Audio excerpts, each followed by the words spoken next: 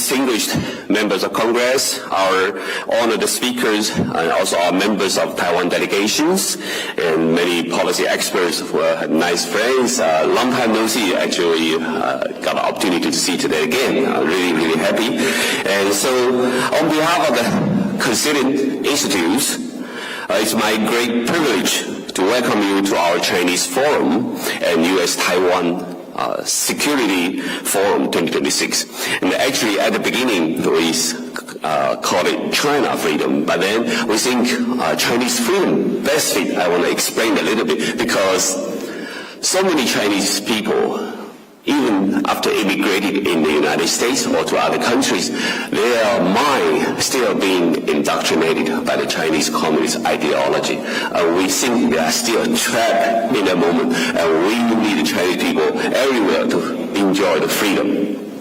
So that's why this forum is called Chinese Freedom and then U.S.-Taiwan Security Forum. So we are very happy. We have friends from different parts of the world joining, and we actually very lucky to have the Taiwan delegation joining us. 7 of them flying all the way from Taiwan to join our conference today. And yesterday we also had the opportunity to visit some of the think tanks in DC to exchange some thoughts. And hopefully today's discussion will also provide additional insights for all our attendees. And today's event is also live streamed, so we hope your insights, your message will spread widely. So our Consilium Institute is an independent public policy organization based in New York. So we are dedicated to advancing freedom, human rights, democracy, resiliency, national security, and international cooperations. So through research, policy dialogue, education, we seek to bring together leaders from the governments, academia, industry, and civil societies to address the most consequential challenges confronting our society nowadays. So today's forums take place actually at a critical moment because cyber attacks, digital totalitarianisms, political warfare, transnational repressions, economic coercions, growing tension across the Taiwan Strait, all these are no longer isolated concerns. All these issues are intertwined together now. So we need to face these issues together. And so through today's 6 sessions, our members of Congress, former senior government officials, cybersecurity professionals, and military leaders, and also economists, human rights advocates, and distinguished experts from Taiwan will examine these challenges and more importantly, identify practical opportunities for us to collaborate and for practical actions as well. So I'd like to thank our event partners, Hello Taiwan, as well Global Service Center for quitting the CCP, and also all our sponsors. Some of them don't want to be named, so very kind sponsor behind, and we really, really appreciate everyone's support. So, all right, thank you for joining us. So it's my honor to open our Chinese Freedom and U.S.-Taiwan Security Forum 2026. So next, I would like to introduce Congressman Andy Ogles. Without Congressman Ogles' support, this event will not be possible. And thank you so much, and thank you for your staff. There have been tremendous support for our events. And Congressman Andy Ogles from Tennessee. And so right now, he's the chairman for the House Subcommittee on Cybersecurity and Infrastructure Protection. So let's welcome Congressman Andy Ogles.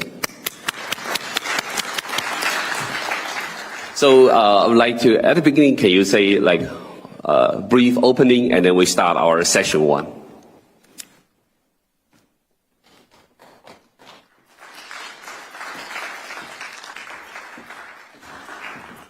Well, good morning. It's a great opportunity and honor to be here with you as we discuss this important time in really global history.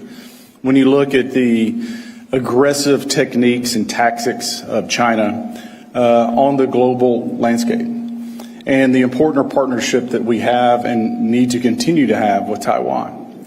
And so as we go out throughout the day, we'll talk about some of these tactics, some of the threats that we face, not only here in the United States, but globally from this adversary that oftentimes dresses itself as an ally or as a partner. Meanwhile, they're undermining us and, quite frankly, the global landscape. And so it's an honor to be here. I can talk and pontificate all day long, but let's get to the panel. I confer to you, good doctor, and let's get this started.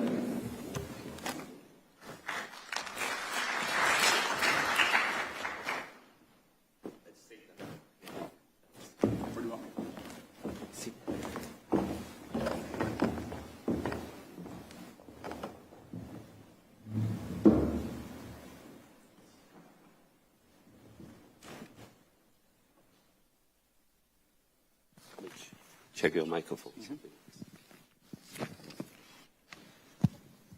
All right. Good morning, everyone. So my name is Sean Lin, the Executive Director of the Consilium Institute, and I would like to open our first section. And of course, you know, the first one is very critical, very important. And so we talk about, you know, critical infrastructure protections, cybersecurity, all these important issues. We want to bring it as the first session when we are fully awake. So this first session, we are very fortunate to invite three distinguished speakers with us. First is Congressman Andy Ogles, and then we also have Hao-Wei Chen. So Hao-Wei Chen is a CSIO from Coupang company. Coupang company is actually a Fortune 500 companies, and so he's in charge of Taiwan and Japan right now as a CSIO. And also, he's also a board member for Taiwan Hacker Association, right? So, sounds very, very serious, hackers. So, and then the third distinguished guest is Professor Yu-Chieh Lee from Taiwan. So, he's connected right now. Professor Lee, can you hear us? Yes, I'm online. I can hear you. Great. So Professor Yu-Chieh Lee currently is a senior advisor for National Security Council from the President's Office in Republic of China, Taiwan. And we're really glad that he can remotely connect with us to join this discussion. So our first section is titled as Enhancing Collaboration, U.S.-Taiwan Cybersecurity, Information Freedom, and Countering Digital Totalitarians. So at the beginning, I want to say cybersecurity is no longer only a technical issue handled by information technologies. And so usually in the past, when we talk about cybersecurity, we always think, oh, that's IT guy's job, but no longer in such a status right now. And so it's now totally inseparable from the issues of national securities, economic securities, public safeties, democratic governments, and the protection of individual freedom. Even last week, we heard about President Trump's speech about China's hacking the voters' data in the United States. So there are so many issues involved with cybersecurity. So at the beginning, I would like to ask Congressman Andy Ogles, so from your perspective as a chairman of the subcommittee of the cybersecurity and infrastructure protection, what do you observe as the most imminent vulnerabilities inside our cybersecurity domains? Well, I think when you look across there's different categories. So you have the public sector, so our government institutions. Then you have, and there's scale to that too. So you have local, you have state, and you have federal. Then obviously you have private corporations, and much of that is integrated now. So with everything going to the cloud, with that connectivity, so for example, it's probably 2, maybe 3 months ago, the FBI had a breach in its system. It was a very periphery breach, but it was through the telecom, so it was upstream. So that connectivity to the cloud, to telecom, created a backdoor or side door for our adversary, China, to try to get information. A lot, primarily what they got was benign. But if they did get numbers, they could cross-reference that with Chinese or Taiwanese dissidents across the United States and try to figure out where they're located. And so that information in the right hands to the right person has value. Otherwise, it would be worthless to most people. Yeah.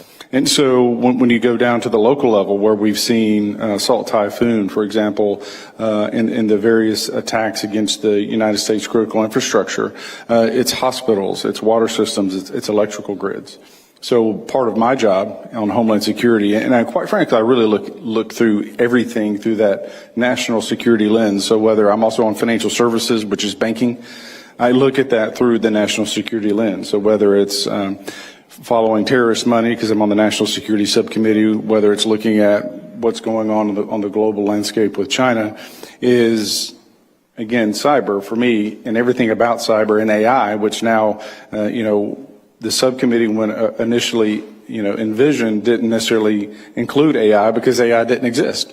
And now, yes. 2 years later, we've gone from ChatGPT being really, or the various AIs, really just a search engine on steroid, to being more dynamic and being more capable, where it's integrated with business and community, et cetera. Yeah.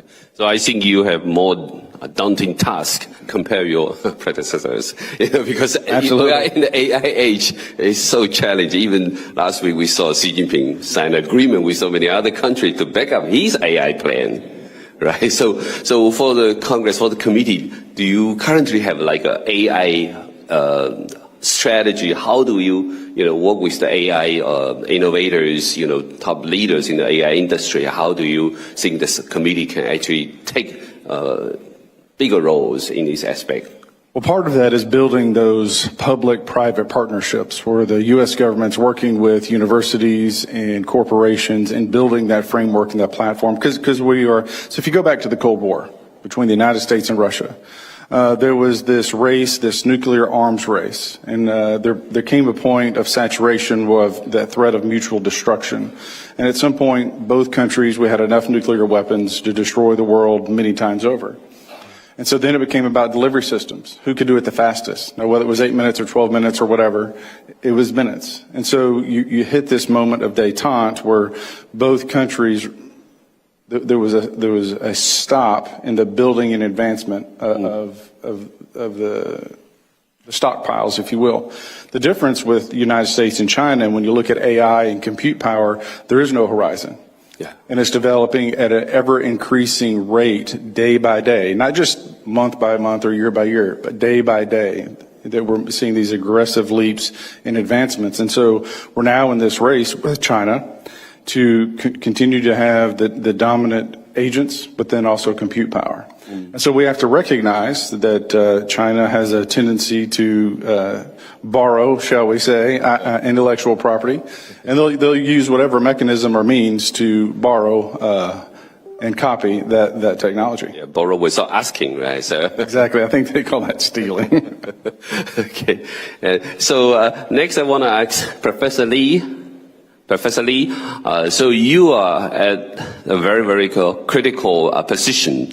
You are advised the government of Taiwan regarding the cybersecurity policies, and in the past you were also a leader in like technology innovations in the cybersecurity domains. So I would like to ask you, give us some like brief overview. What's Taiwan government's strategy in dealing with the cybersecurity as well as the infrastructure protection? In our forum, we want to see how can we exchange our thoughts and our actions. We can be united as a democratic allies.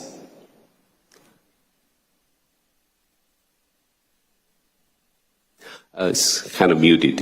Yes, I just turned on my microphone. Thank you, moderator Dr. Lin. It's a privilege for me to join this important discussion virtually on enhancing Taiwan-U.S. cybersecurity collaborations.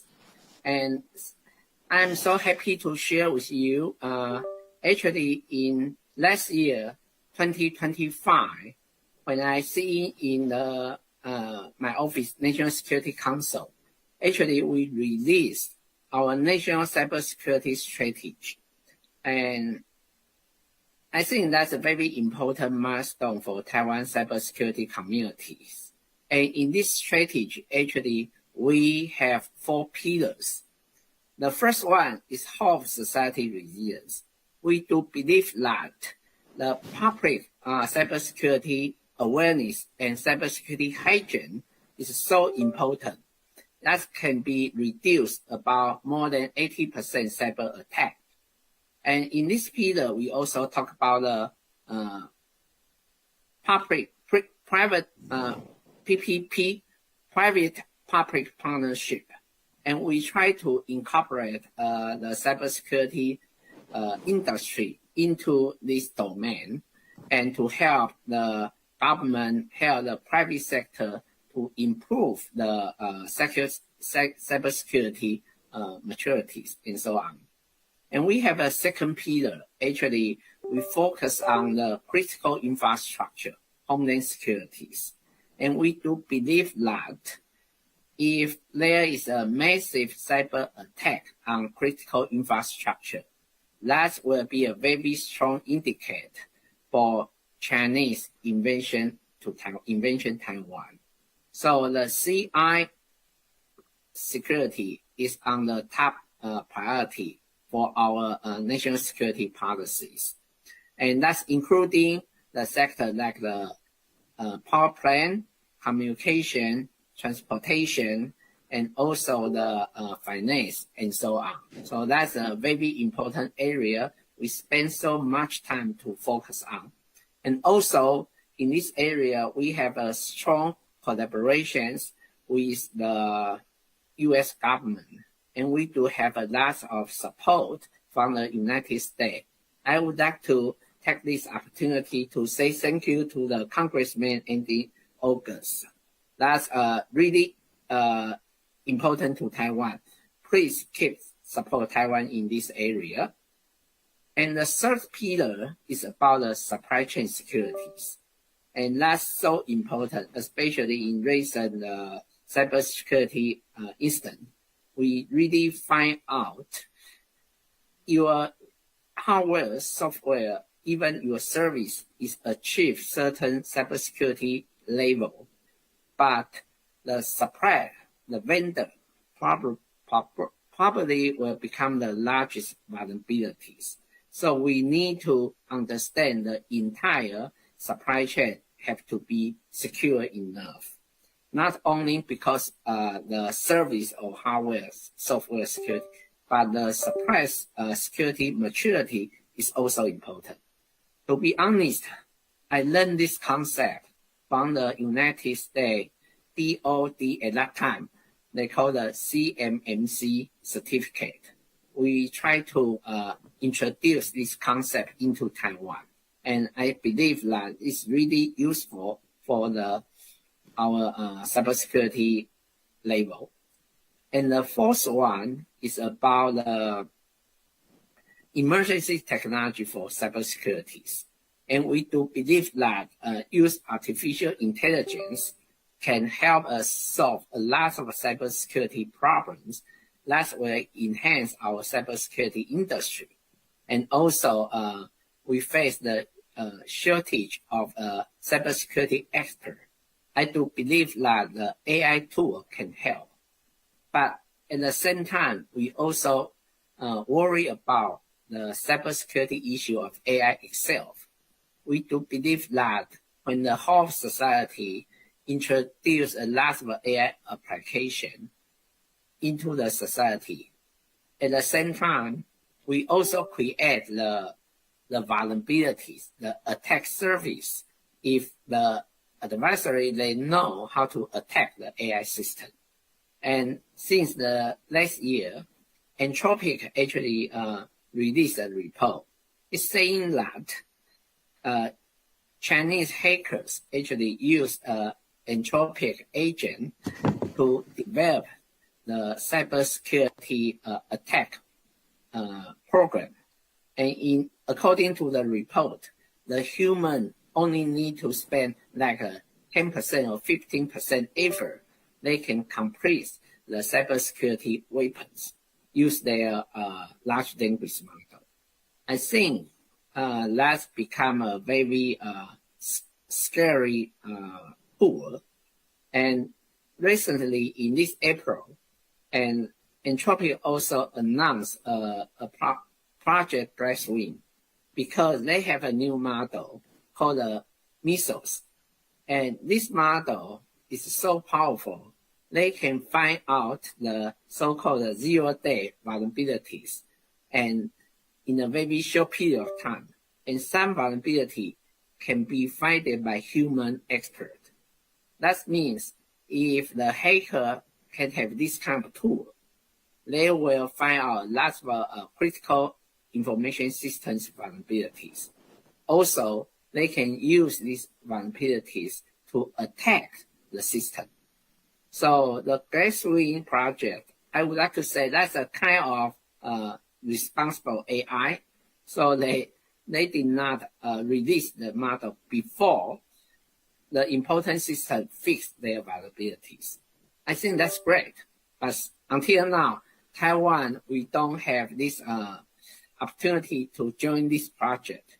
But I think we take the action. Actually, we think about Mesos is not the only one tool. There are lots of AI tools still have this kind of capabilities. So we try to use some other tool and try to fix our problem as soon as possible. So these four pillars, I think, is very important to our national cybersecurity strategy. But we also have some international collaboration plan. Of course, the United States give us a lot of support. And we also try to link with some democracy allies, including Australia, UK, Canada, and all of these countries, we have, they are like-minded and their technology is so good. And we would like to work together, especially focus on the critical infrastructure. I think that's a very important part. And we would like to work closer and try to make the democracy allies and can be more safe in this area. I think that's also important. And since Taiwan, I always say that Taiwan is the largest honeypot in the world.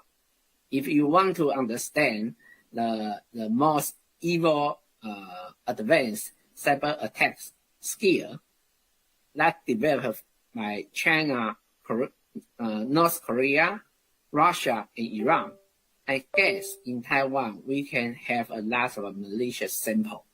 And we are quite open. We would like to work with United States and let's find out a way to defend our democracy war. Thank you.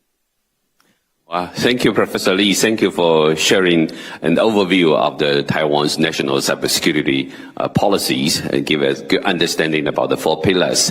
And as you mentioned about, it needs a whole of society's approach to deal with the cybersecurity threats. And so we're glad to have Hao-Wei join us. And so Hao-Wei, can you share from, civil society angles, and you have experience in the past with Amazon's, you have dealing with the cyber threats for Amazon as well. So can you share about your views on this? Sure. First of all, it's my great privilege to be here. You could see those are company approved contents, but I will try to make it freely to communicate. If you are not familiar with the company called Coupon, it is the e-commerce company headquartered in Seattle. It is one of the largest U.S. product exporter, exporting the products to Korea and Taiwan. And it is also the largest e-commerce company in Korea, and we are investing billions of dollars in Taiwan and hoping to be the largest as well. So that's your intro for the company. And I'm also part of the Association of Hackers in Taiwan. And I think I must provide some context here that why we do have a hacker group in Taiwan. As Dr. Lee mentioned, we have faced more than 2 decades for advanced persistent threats from our neighbor country, you know which country. And those attacks, we've seen then, for me, it started from my high school period. So I was curious that why so many Taiwan government websites got defaced. Defaced meaning they got hacked and their page got changed. So at that time, I started to self-learn cybersecurity. In Taiwan, there are many people like me, my peers at the association, that they wanted to defend cyberspace for Taiwan. So those hackers united together. We started to have hacker conference, which called HICCOM, since 2005. And till now, we have tens of thousands participants joined. And we also contributed to vulnerability research and also participating in global capture the flag competition. And they're actually competing in Vegas in the upcoming months. So that's about Hacker Association. And I wanted to talk about how we protect the company from cyber threats. Before Coupon, I was working as Amazon's security leader for 10 years, as Sean mentioned. From e-commerce company or tech industry, I think digital trust is the fundamental of our business. And to protect customer data, their trust with the company, I think that's a critical mission we need to do. But how can we translate that to everyone's responsibility within the company? So we need to build the security-first culture in the company. We will go through internal security awareness training. We will define internal policies, asking them or educate them to understand why this matters to their work, to their customers, to the company. And then we need to embed security and privacy requirements into the business processes. Because we call shifting left. Shifting left, meaning that we want to identify the risk before even putting detection or responding to a security event. That's most cost effective. So we will review their security architecture, technical details, do the security assessment, identify risk, and then mitigating those. And Dr. Lee also mentioned about supply chain risk and those associated vulnerabilities that might possibly pose to the company or even the critical infrastructure of the country. So for our company, what we are doing is we call VSA. It's a vendor security assessment. Basically, if we want to onboard new vendors, we need to go through those processes to understand your security maturity. If they are not hitting the bar, we will put a requirement ensuring that they follow our practices so they don't introduce their weakness to potential attackers. Because it is so vulnerable that also similar to how we protect critical infrastructures, that the supply chain, those vendors or contractors, they are most of a risk that we will consider, and we need to protect them. And the next step is that how we develop our services and products. We call secure SDLC and defense and deep mechanism, meaning that we ask developers to follow the secure coding practice. We use nowadays there will be AI tools to help the developers to identify security bugs upfront. And then we will do pen testing. Pen testing meaning we have security engineers to identify the bugs from dynamic testing, static testing, and then red teaming. Red teaming meaning that we are simulating attackers' mindset, try to attack into the system before the real actor does. After pen testing, red team, what's next? It will be bug bounty program. Bug bounty program meaning that we are inviting the researchers over the world to test our services and products to see if there will be any bugs missing. So I actually launched a bug bounty program at Amazon. We were able to identify and fix thousands of vulnerabilities that may impact the company or the customers. But one challenge I will mention at a company that some service team or business teams, they want to introduce the services as soon as possible. They may see security as their blocker. They don't like to be blocked or their services to be delayed. So how we tackle with that is that we need to build a trust internally as well. We talk to them, communicate with them, ensuring that we are the team to empower their business. We are here to support them to expedite the security reviews, but we still need to ensure the services they are delivering to public or to the customers, they are secure and they are safe. And then after those, the last step we will do is tabletop exercise. We want to understand if there's a real incident happen to the company, how can we respond? We have stakeholders, different leaders. In the war room, we should discuss, we will have a scenario from the real world that if there's an incident from the external attackers or sometimes insiders, how can we defend ourselves? If the worst case scenario happen, how can we ensure business continuity? So those practices will help us to understand what's the gaps, right, before the real incident happen. But we talk about inside of the organization. How about outside? From Coupon's point of view, we are seeing us, so we should partner with external parties as Chairman and Dr. Lee also mentioned PPP. We should coordinate with our peers, security communities, public sectors. So what we're doing in Taiwan right now, so Coupon is not only doing for our own good, we are bringing cybersecurity leadership from US to Taiwan, to Korea and Japan. And how we are doing that, there are two examples I could mention. One is that we are introducing, we call RISEC, Retail ISEC. ISEC stands for Information Security Sharing, Information Sharing and Analysis Center. That is a center for allowing the peers to share threat intelligence. If there's one company of our peers that got compromised, they can share the malware samples, they can share the intelligence with other companies so they can put those indicators into the detection. So when the attacker try to target them, they will be able to defend from their side. So that's the idea. But before that, Taiwan didn't have that. And how US does that? So when I was at Amazon, we can freely talk to our peers like Target or Walmart for threat intelligence sharing, or sharing our experiences or which solution we are using. But in Taiwan, of course, from business point of view, they are competing with each other intensively. So it's hard to convince them that, hey, could we partner together, could we collaborate? But in cybersecurity or in cyberspace, the reality is that our only enemy is not our peers. Is the real attackers. They are the only enemy. So we need to collaborate together because even for, let's say, Walmart or Target, I'm also their customers. So, for attackers' point of view, they don't care which company you'll target or that sometimes they'll target all of them. So we should work together. So that's one thing that we're going to launch in September. And another approach is that we want to educate Taiwan's general public. How we do that?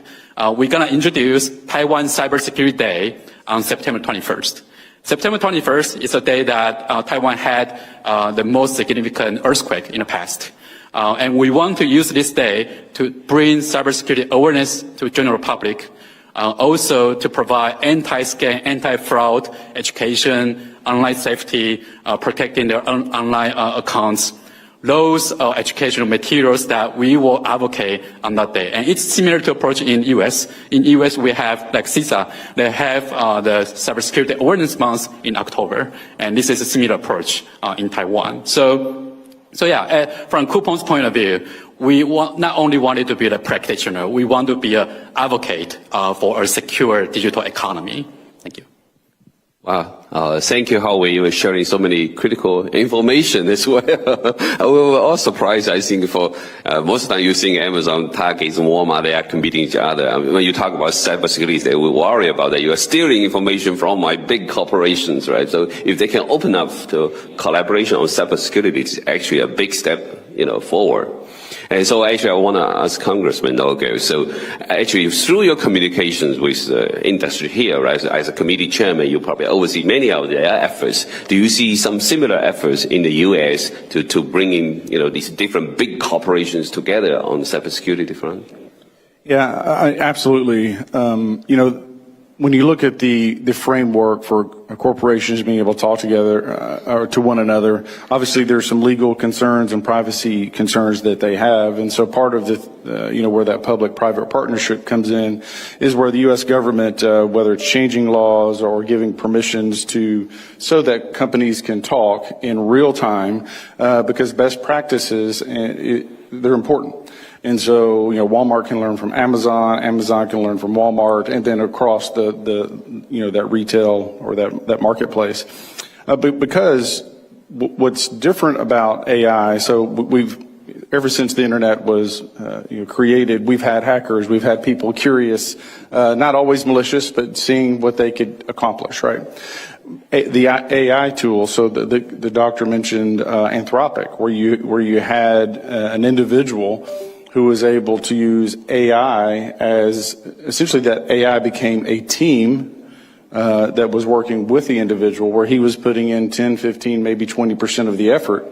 And that is, so there's a beauty to AI and what it's doing to innovation. So, for example, I was touring a factory just recently.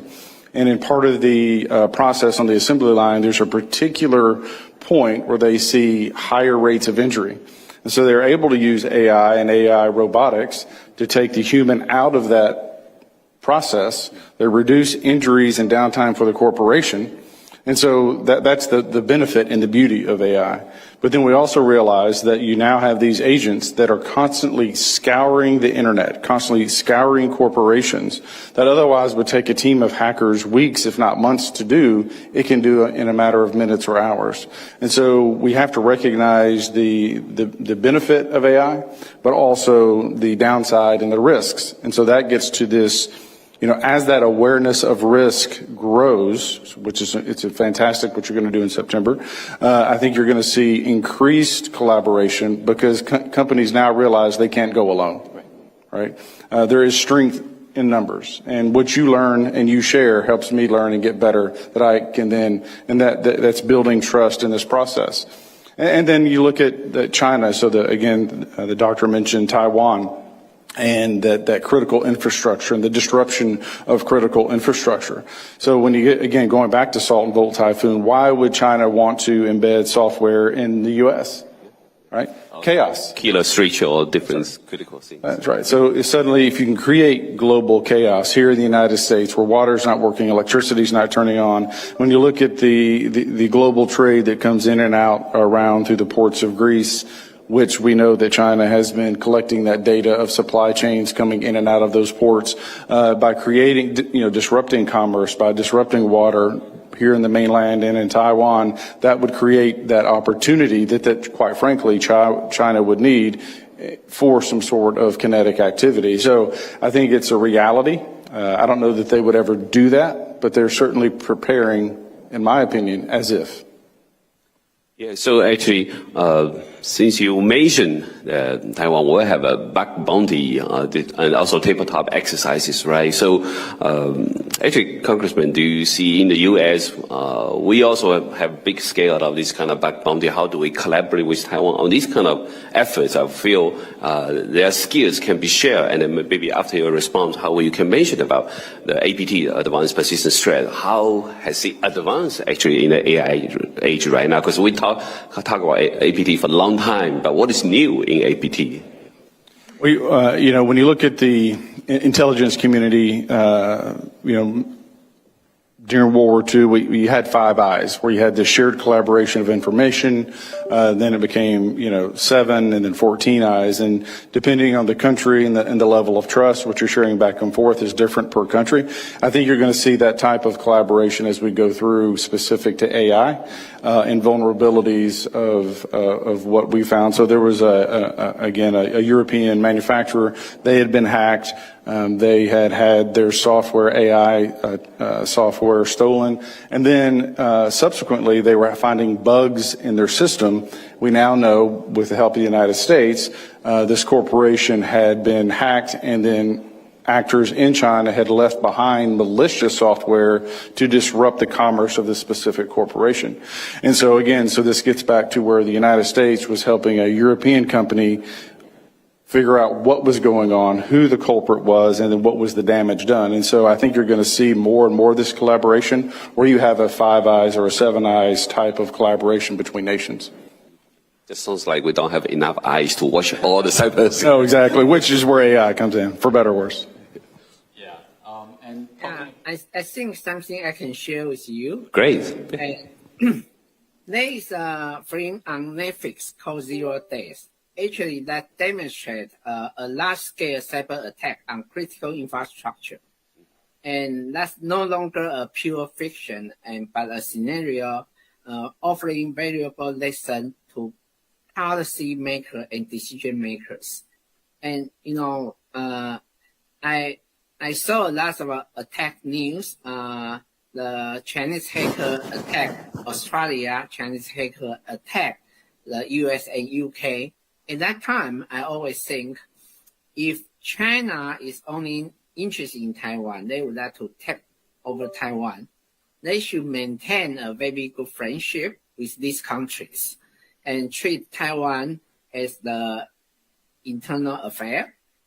But the reality is, after I watched the Zero-Day film, I figured out China tried to do the vote typhoon, soul typhoon to all of these countries. If they would like to take over Taiwan, they just need to press a button, and then they can launch a large-scale cyber attack on cybersecurity for this country. And the whole of society, whole of the nation will into a chaos. That will create a perfect window for China invade Taiwan. At that time, each country have to take care of the internal affair, internal society. They cannot send any support to Taiwan. So I think that's the main reason UK, US, and Australia, even Japan, they under attack from the hacker of Chinese. And another thing I can share with you is about the APT. And recently in Taiwan case, we find out the phishing skill have been advanced because of AI. They can send the fish mail, actually will customize for each person. And not only that, they try to collect personal information with certain category. Last month, we have MOFA have an international conference. And there is a QR code on the poster. But we find that there is kind of an attack. They just replace the official QR code, replace a fake one. And if people would like to register that event, that conference, they will scan the QR code and do the registration, and they will collect the personal information. And this personal information actually will map to the particular category so that they can launch the APT attack. I think because of AI, a lot of strategy has been changed. That's become more sophisticated, that become more advanced. So the public awareness, we need to provoke that. And in Taiwan, we always, if we find a new attack skill, we will provoke the public awareness. I think that's also important. Thank you. Right. And let me cover a little bit about APT. We mentioned a couple times. So APT is basically a targeted attack.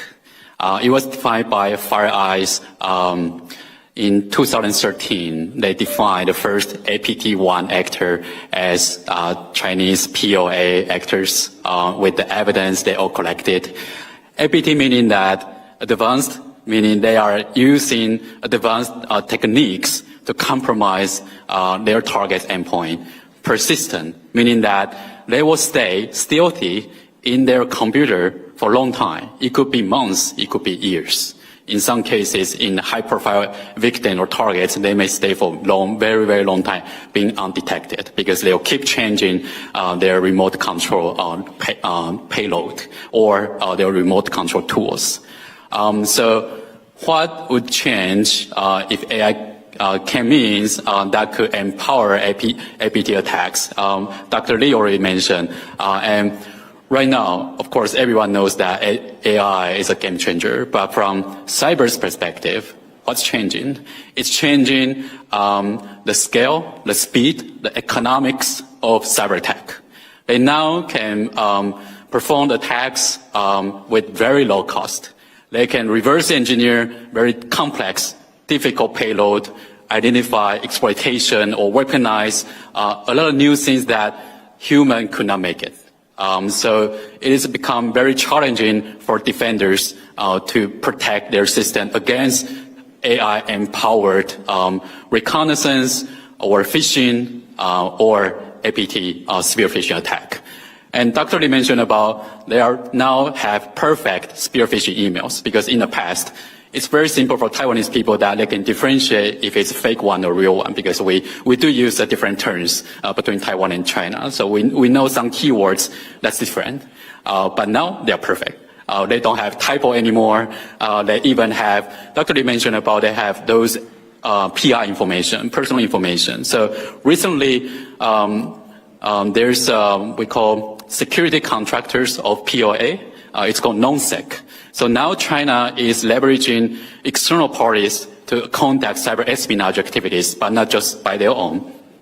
In their disclosed data, there's a database named 公务员, meaning the public servant or officials of Taiwan government.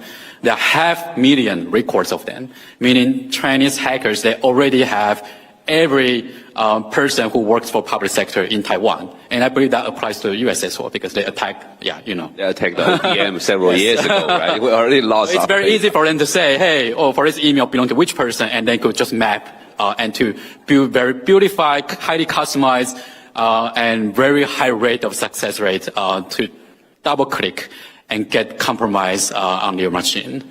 So from AI perspective, unfortunately right now, it's more advanced on the offensive side. That said, black hat hackers who are doing something bad, they're using AI to identify or doing vulnerability research. At the same time, the reality is that white hat hackers who are doing something good, they're also using that. But the challenge is that to fix the vulnerability is very difficult. There's a website called zerodayclock.com, and they measure time to exploit, TTE.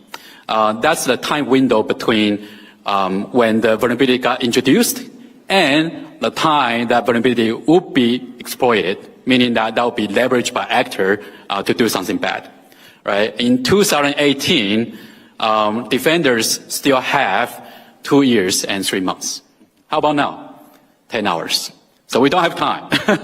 It's so fast that they could identify bugs, and then they could exploit, weaponize it, and then they could just compromise a network. So it's very challenging for defenders. And let me kind of provide context about in the past, before AI, how researchers would do. Researcher will try to identify the patch. So everyone, you will see Windows update when you use your laptop, right? And sometimes from Mac OS as well. Those updates are trying to patch your computer to fix those vulnerabilities, so you won't get compromised by some exploits. Right? In the past, researchers will try to research those patch to see which part they changed, and they would just try to guess where is the vulnerability. Now they just use prompt to ask AI, find a bug for me. So that's why reduce from years to hours. So what we can do now, defenders are getting nervous. So one thing we need to do is that we need to scale ourselves. Of course, the demand of cybersecurity talents will increase. That's one, because we still need a human in the loop. But of course, we will need AI tool to help triage alerts, because there will be a lot. We also need AI to review code, because in a company or in many spaces that now people are leveraging AI tool for those non-engineer background people, they will be able to vibe code any application they want. But there might be security vulnerabilities in those applications. What we would need to do in a company, we need to review those, right? We have an AI review process to ensure after they vibe coded or the usage of AI is secure. That's one thing that we really need to pay attention to. And for AI tools for defenders, now there's limited solutions right now, but I think this space is still challenging, and Taiwan has a bunch of people who are experiencing hands-on will try to defend the companies or the countries at the front line and in countering those highly sophisticated and frequent APT. I think one thing I will echo what Dr. Lin says, that we should collaborate in terms of U.S.-Taiwan collaboration, deepen our collaboration in AI security, also vulnerability research, because those Taiwan engineers, they definitely could contribute, and I hope that could be mutually beneficial, and that's something Taiwan can help for sure. Thank you. So definitely you've already mentioned about workforce issues. I want to jump in for three panelists to talk about workforce later. But one very interesting question after you mentioned about the advancement of APT, I was just wondering, in this AI age, in the future, will AI not just help, like quickly detect where the vulnerabilities, but actually can automatically create patches? You can triage, right? You mentioned triage, different scale or severity of the stress. So some of the stress the AI can handle by themselves, and then easier for leaving the bigger tasks for human powers. Well, that would be the perfect world we want to live in. However, in reality is that when we do patching, for example, in your laptop, if you have open windows, like you have Word, you have PowerPoint open, you cannot patch it right away, right? So similar to business, they have services operating 24/7. They could not disrupt. They could not impact customers. So if there's an urgent patch we need to do, then we may need to take down the service. But sometimes we don't have pressure time on that. So automatic patching, that's very ideal. But in reality, that we may need to do more work to, one is to categorize the services, the assets, which assets that with priority, we need to patch first, and we can have backup system. So when we do the patching, we can have automation help us, and others that we can leverage AI to automatically remediate, fix everything. That would be very ideal. But hopefully, that'll become one day that we have that solutions. Okay, thank you. The real challenge is always more difficult. So, Professor Lee, so I want you to touch upon the issue about workforce shortage in Taiwan, and also at the same time, can you also mention about the scale, about the attacks that Taiwan been facing every day? We always say in Taiwan is the forefront, the battlefront for cybersecurity defense. And so can you give us some sense of what kind of attack you're facing every day, and then what's the workforce shortage related? Oh, you are muted. There is a number showing that in last year, the CI in Taiwan faced cyber attack every day is 2.6 million. Of course, we count every trial as an attack, and the success rate is quite very, very low. But this number is showing that the hackers' intention, they try to attack Taiwan CI very, intensely. So 2.6 million is the number, but I think this number just showing that we need to do a lot of things to protect our system. And in order to do that, under the success assistance from the United States, we try to build up the team. We have a National Institute of Cybersecurity. They try to build a team called the OT exercise. They majorly focus on operation technology security. That's for the power plant, for the water, for the transportation. All of the OT security is slightly different from the IT, but we build up the professional team for it. Not only the NICS have the OTEX. For the MMD, we have a team, the military defense, military national defense, Ministry of National Defense. They have a team called the CHT, Cybersecurity Hunting Team. They also focus on the OT securities. And so the shortage of experts is a key issue, but we use the AI tool and to roll down the threshold. All you need is a basic training, and you will know how to use the tool. That will make you become an expert in a short period of time. And I think that's the issues. And we try to scale up our manpower. And because the threat is so intensive, 2.6 million per day is a huge number. But to be honest, the system will automatically detect more than 99%. And we still need a different line to filter out all the attacks. Great. And so, Congressman Ogles, actually, after all these, insights about Taiwan's reality facing all kinds of cyber threats, I actually also wondering, will you make it even harder to sleep at night because so much advanced threats nowadays? What about the shortage of the workforce in the United States? Well, that's true. And, as he mentioned, 2.6 million attacks, right? Every day. The hackers, if you're on defending, whether it's your nation state, your company, et cetera, you've got to be right every time. Right. The hacker only has to be right once, right? Yes. That's why you see the volume, and that's where AI is such a useful tool for the black hat actor, is because they now can automate. So like their cost, what one individual could do today with AI would have taken a team just a few months ago, much less a few years ago. And so, yes, so as chairman of cybersecurity, I get classified briefings that a lot of members of Congress don't get.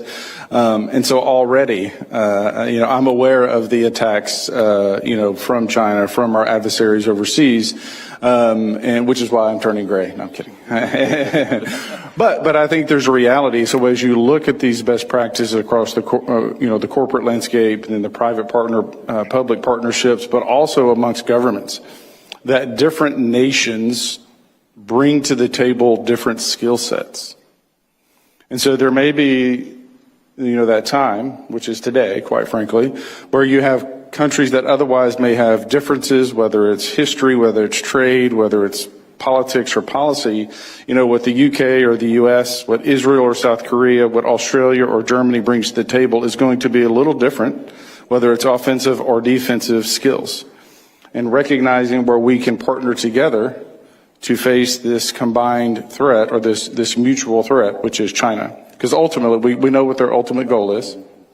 We know what the jewel is that they want, and it's Taiwan.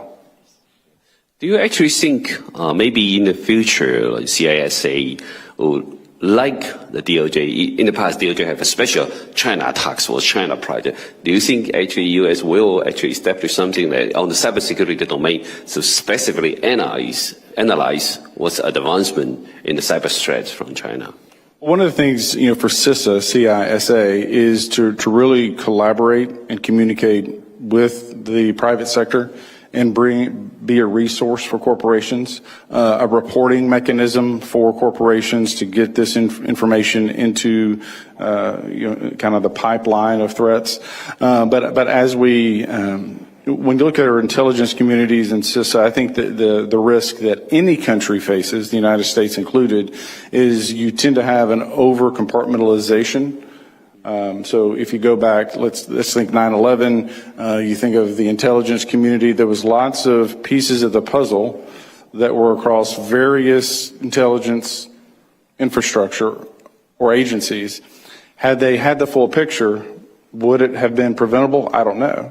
But I think the same lesson can be learned with AI, is that whether it's Amazon may have a piece to a puzzle, South Korea may have a piece of the puzzle, Taiwan may have a piece of the puzzle, but if we're not talking, we may not see that full picture because, as you said, we don't have months or years to respond to a zero-day vulnerability. We have hours, and communication is key.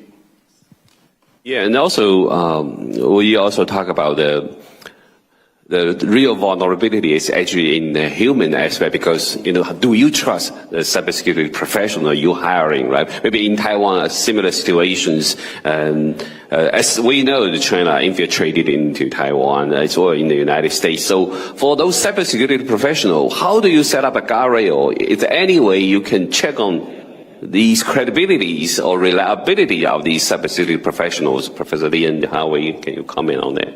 Yeah, I could try in. It's about insider threats. Yeah. So we talk about hackers. They will try to attack systems. Those are external threats, right? They need to understand technical context about how to exploit the vulnerabilities. But insiders, they are employees or they are government officials. They already have access. So those people, we categorize as needs to have a definition of insiders. So current, former employees and contractors who has the permission to access and they could damage the security of an individual company or even a country. And nowadays, actually the insider threats, the cost of those threats are higher than external threats. And there's a recent report, it's an insider threat report this year.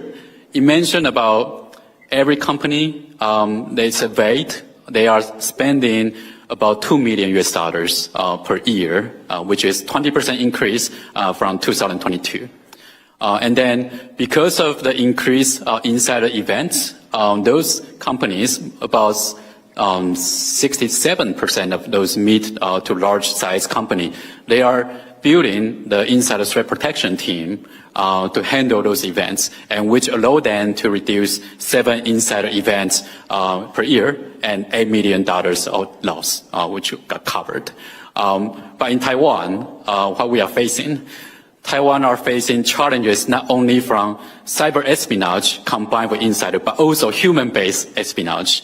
There are real examples that Dr. Lee will be very familiar with. So for POA or MSS, Ministry of State Security of China, they are targeting Taiwan's military personnel who face the financial challenges. And then they will offer loans. And in the end, they will ask for military secrets in exchange, basically asking them to become the spy for China. In 2024, there are 64 military personnel got prosecuted. 5 years before that, it was 6. So the growing is grow from 6 to 64. You could see the risk is getting higher. And how about not only public sectors or military sector, but also critical infrastructure? If we consider TSMC as a CI, there's a news yesterday came out, which is there was a former TSMC manager. They got recruited by China and asked that former manager to provide 21 documents that contain Taiwan's semiconductor secrets. TSMC security was able to detect that, stop that, and that person was sentenced for 7 years. So you could see they are targeting those, and from insider side, it is hard to prevent or detect, but of course, there will be the way that such as we need to monitor data transfers, data flows, network activities, and we will need to implement anomaly detections, sometimes we call DLP, data loss prevention, to control the outbound connections. In US, it's more advanced. So 2012, there's an insider threat policy got introduced with the executive order. There will be a task force that guiding the critical infrastructure operators to build up the capabilities for prevention, detection, and response against insider threat. And I also want to echo Chairman about CISA. CISA is actually helping private sectors a lot. They are providing vulnerability information, providing guideline framework, allowing us to build up a mature security team, and allowing us to bridge with other companies to collaborate. So I wanted to recognize that part as well. And Professor Lee, do you have some comments to add on that? Yeah. Yeah. When I finish the National Cybersecurity Strategy, we have 4 pillars. But after discuss with the Hao-Wei, I think we need another pillar for insider threat. But After that, I review my strategy again. In fact, we have a component we need to introduce zero trust architecture inside the system. Zero trust means we need to multiple factor authentication for identify the person, but we also need a signal for the device. Other than that, we still need to watch the behavior. Like Hao-Wei mentioned, that anomaly detection. We need to observe the activities so that we can prevent the insider threat. But anyway, the human always is the biggest vulnerability for the cybersecurity system. And I think very important is about the education, and also we need build up the culture.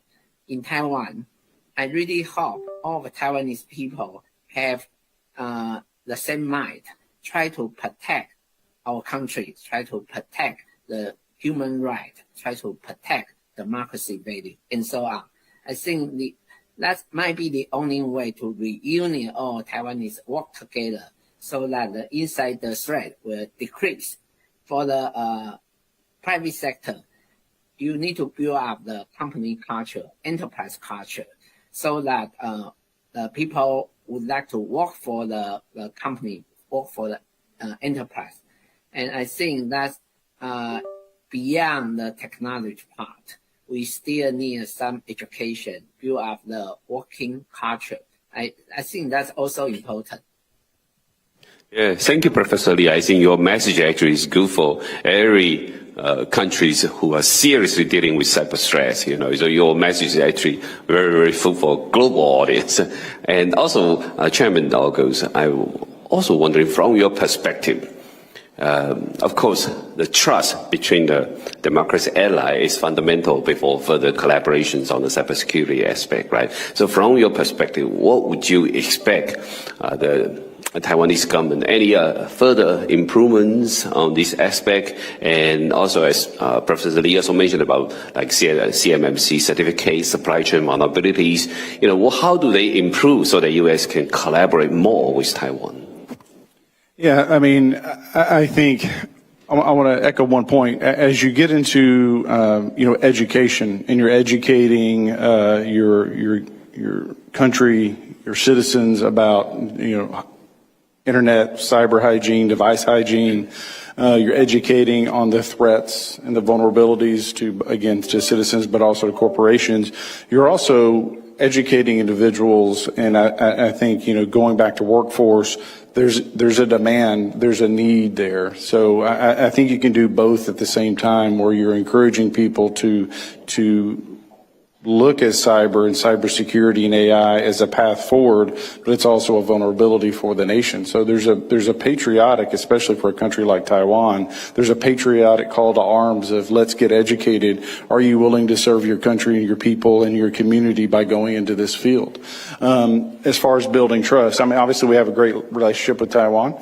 I think part of that is information sharing, and part of it is just an awareness. So as you look at the global landscape, when you look at the threats facing the United States and our allies, our military apparatus, our intelligence communities, our government, the bureaucracy, it's busy, right? And so you have to, again, educate and raise awareness that this has to be a priority as we look at those zero-day vulnerabilities, as you're trying to anticipate when that moment in time comes, because once it gets here, it's too late. You have to have built the trust. You have to have built the communication pipelines. And arguably, that 0 day, that moment when that attack is coming, that has global consequences. I don't know if that first moment is going to occur in the Middle East, or if it's going to occur in the Pacific, or if it's going to occur here on the homeland, but somebody's going to see it first. And we'll have seconds or minutes to react to it, and to communicate and make sure that our partners and our allies are rallying to our defense, to your defense, right? Because once it's compromised, there's no going back. So it's actually like it's a chain. So if any step you are broken, the whole thing will collapse.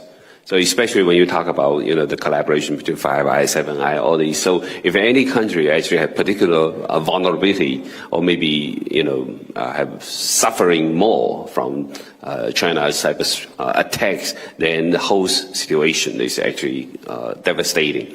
So we're wondering if you have any message as well, to other Five Eyes countries or Seven Eyes. So how do they, improve? How do they learn from Taiwan's experience?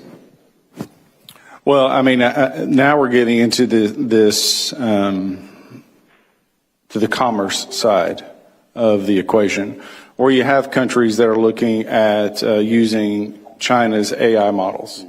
As you look at countries importing Chinese technology that is now driving through their streets, communicating and mapping and relaying every bit of information back to China. Now we're talking about where should AI servers be housed. So if you're a United States a citizen, would you want that data center here in the United States, or do you want it in China? I would argue that we don't want our AI data centers in China, because we know that that data center is going to be under a unique attack, whether that's external or through internal personnel threats. And so having those honest conversations about what does that mean if you opt for that Chinese technology that ultimately could undermine your own country's welfare, much less the global welfare. And then we see in South and Central America and Africa where China has come in, they've created this dependency on their technology, their supply chains, but that is to use as leverage. In the same way they might find a member of the military or the government that's having financial trouble and they offer them loans, and then they got you, right? They're always, playing. You have to understand your adversary, you have to understand their techniques and their strategies, and China is always playing that long game, that long-term investment that will reap long-term rewards. So I think part of this conversation isn't just the communication, it's talking about commerce and collaboration and understanding that when you look at IP theft, arguably, and tell me if I'm wrong, there's one China that does it more prolifically than any other nation that I'm aware of, and that would be China. Yeah, so China's strategy is particularly serious in the cyber domain area. So I have friends who are dealing with China's cyber attack for decades, so they are protecting some critical information websites, and also especially for many dissident groups or group being persecuted. So they're facing China's attack every day as well. And they can see the advancement of China's attacking technologies. And so it's a long tag of wars, because they can create new ways of attacks, and then they have to immediately, patch up or find up new tools to defense. So it's a non-stop, battling in this process. So also we start to understand China's digital dictatorship or authoritarians or totalitarianism is no longer just in those era when they just set up the Great Firewall, right? So it's a lot more outgoing now. It's a lot more attacking outside. It's a lot more offensive positions right now. So under this kind of new age of their ways of, attacks to the democracy societies, how do you think that we can better prepare ourselves, protect ourselves against China's advancement on, total digital totalitarianisms? Because they are also not only just harming the Chinese people, it's also exporting their digital totalitarian message to other countries. You see many of the South Asia countries, many of the African countries, using China's digital totalitarian methods, tactics, toolbox, let's say. And so they are quickly advanced as well. So how do we break through their kind of alliance? Well, again, it gets back to education and understanding that, if again, technology is wonderful. When you look at medicine, when you look at conveniences, when you look at transportation, there's a whole list of wonderful things that have and can be accomplished through technology. But if you're sacrificing your personal privacy, if you're increasing the surveillance state, you have to have an honest understanding that what you're sacrificing in the process. So when you look at China, when you look at the social score, when you look at the digital currency, it might sound great at first, but there's something to be said about saying no to a digital currency because it's about control. And understanding every time you cede to technology and digital totalitarianism, you have to recognize that you're giving up freedom. And freedom lost is hardly ever given back. Yeah, it's so easy for them to connect with the social credit systems and other. That's right. Yeah. So for many of the countries worldwide, they have no other ways to like quickly advance in like AIs. They are not like the US has so many powerful companies, powerful technology. So that's why last week we actually see Xi Jinping will manage to bring so many other countries to join his like AI cohort. So these kind of strategy, how do you think the U.S. government should counter, or even from Taiwan's perspective, how do you break through? People always say Taiwan is an AI manufacturing hub, but how do you defend Taiwan if China pull many countries together as an AI cohort? They're using their own technology, using their own algorithms. How do you deal with these new threats? Well, I will take this question as not part of my company. I think there's a smart strategy by China. So one is that they are open sourcing their models, and they are allowing others to provide feedback, try to fix bugs, so that they could compete with commercial models. And also, we could see many talents, even in the States. Those AI companies, most of their scientists, they are from China. Then they may be well connected with their home country or with their or education system or their previous companies. So those would be the risk. And what Taiwan could do is, I think, would be working closely with our like-minded allies. And of course, Dr. Lee could mention more about the countries putting more investment into the AI education. We do have academic and also government-powered education resources to have more AI engineers. And along with Taiwan's hardware manufacturing capabilities in advanced chips, hopefully that we will be able to have we call more like secure supply chain, working with our like-minded countries like U.S. To strengthen our capabilities against the other part of the parties who may leverage AI against us.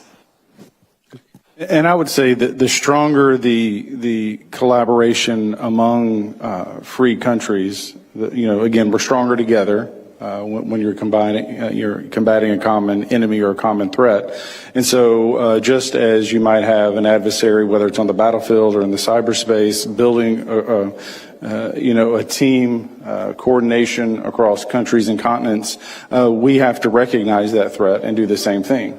And so the stronger that the more we're communicating and the more we're working together, again, the stronger we are. Because again, whether it's Israel or France or Germany or Australia or the United States or the UK, we all have different strengths that we're bringing to the conversation because we're facing different threats. So the threat that a South Korea faces is going to be somewhat different than the threat that Israel faces, or what the UK is facing versus what Australia is facing, right? Because even though they have shared histories, they have different geographies, they have different infrastructure, they have different governments, and then to your point about educating and creating that workforce, those AI engineers, because there's going to be a human element in this landscape for a very long time.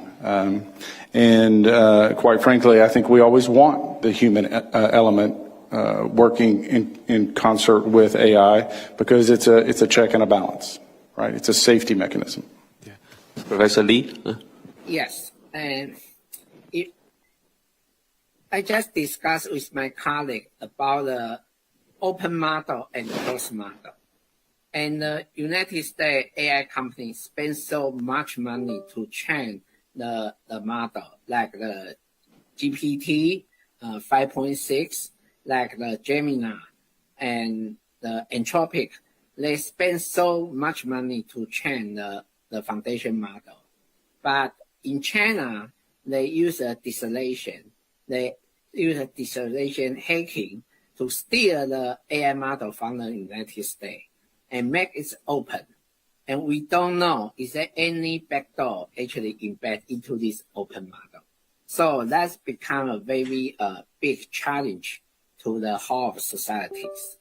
So I think this problem for a while, maybe we should develop a so-called AI guardrail.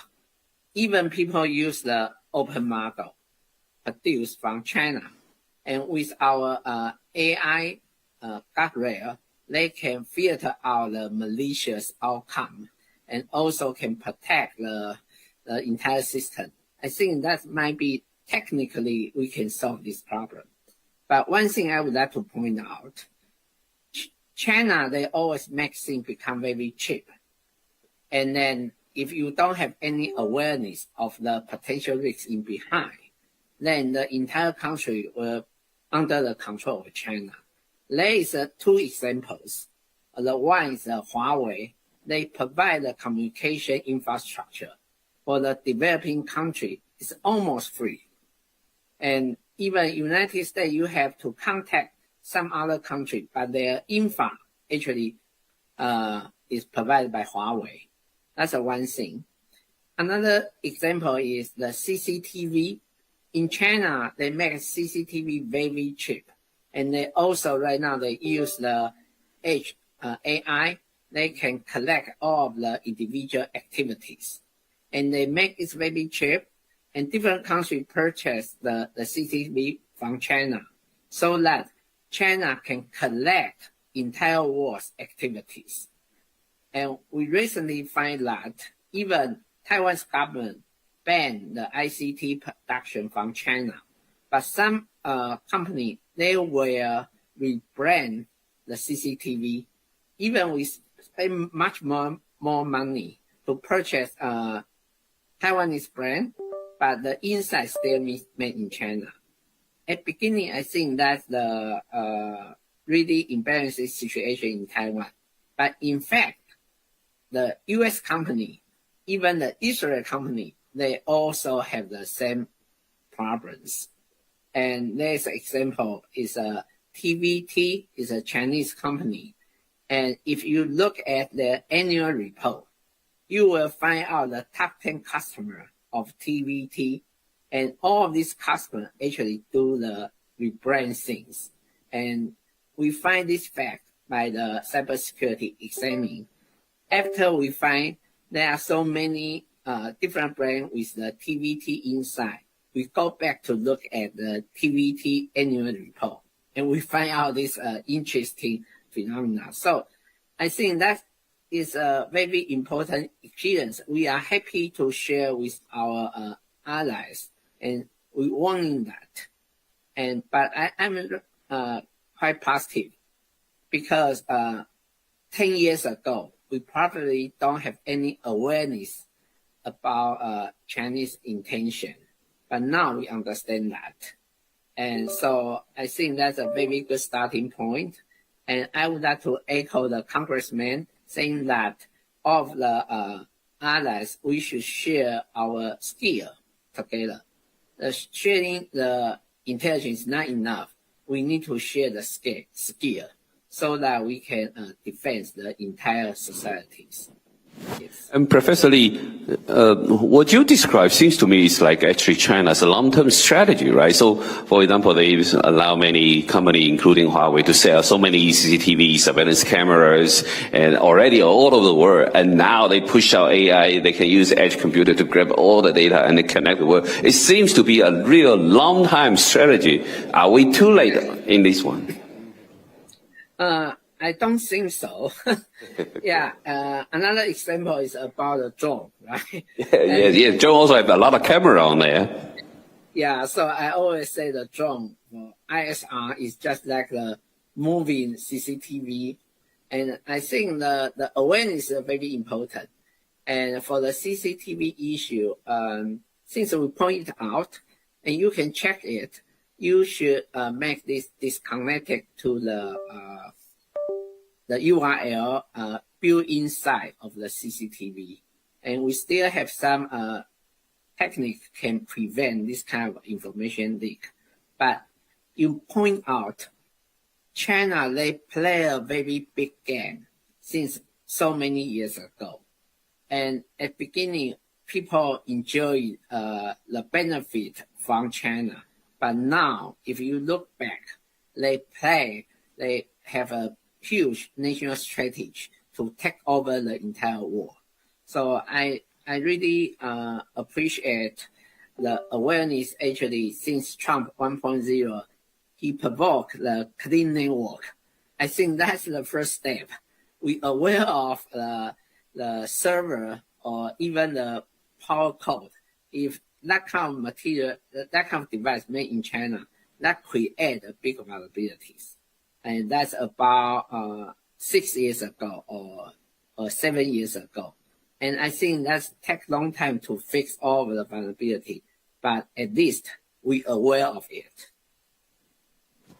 I will say when you look at global dominance, whether it's healthcare, whether it's military, whether it's commerce, the new battlefield is cyber. Everything is interconnected, and every single day, more appliances, more modern conveniences, more hardware, everything is moving or is touching or being touched by the cloud. And so when you look at the long-term game, when you look at the big game, as you said, China has early recognized that the key to global dominance, the key to being a global superpower is cyber. You no longer have to have the strongest military. You have to be a dominant player in the cyberspace. Totally agree. Another example is about the EV. They try to build up the vehicle-to-vehicle network. That will become the next disaster. EV is already entering into so many global market already. So we kind of, again, we are one step behind CCP strategy. But their true product is everywhere, right? So really become like what you described. So CCP's aggression in the digital domain is the way they kind of try to realize their old-time dream. They want to conquer the world. In CCP's way, they want to liberate the whole world, but now through the digital domain. Yeah, so under this kind of new transformation of the Chinese Communist Party's strategy, do you think that, U.S. as a leader should have a different way to look at the situation right now? Well, I can't speak for everyone in the United States government, but clearly we recognize the threat and who the threat actors are. Anytime I'm speaking on the cyberspace, I clearly articulate that the greatest threat is China. Obviously, we have other adversaries. We have other black hat actors, whether it's a nation state or groups working on behalf of nation states. But at the end of the day, the adversary that I think we must be most prepared for, that we need to be most defending against in their future plans is China. But I think that's why conferences like this, countries communicating, and I could envision that this type of conference is taken to different countries. So you do the next one in Taiwan, and you do one in the UK, and you do one in France, as we're educating global leaders on the threats that a BYD or whatever corporation may pose to your local community.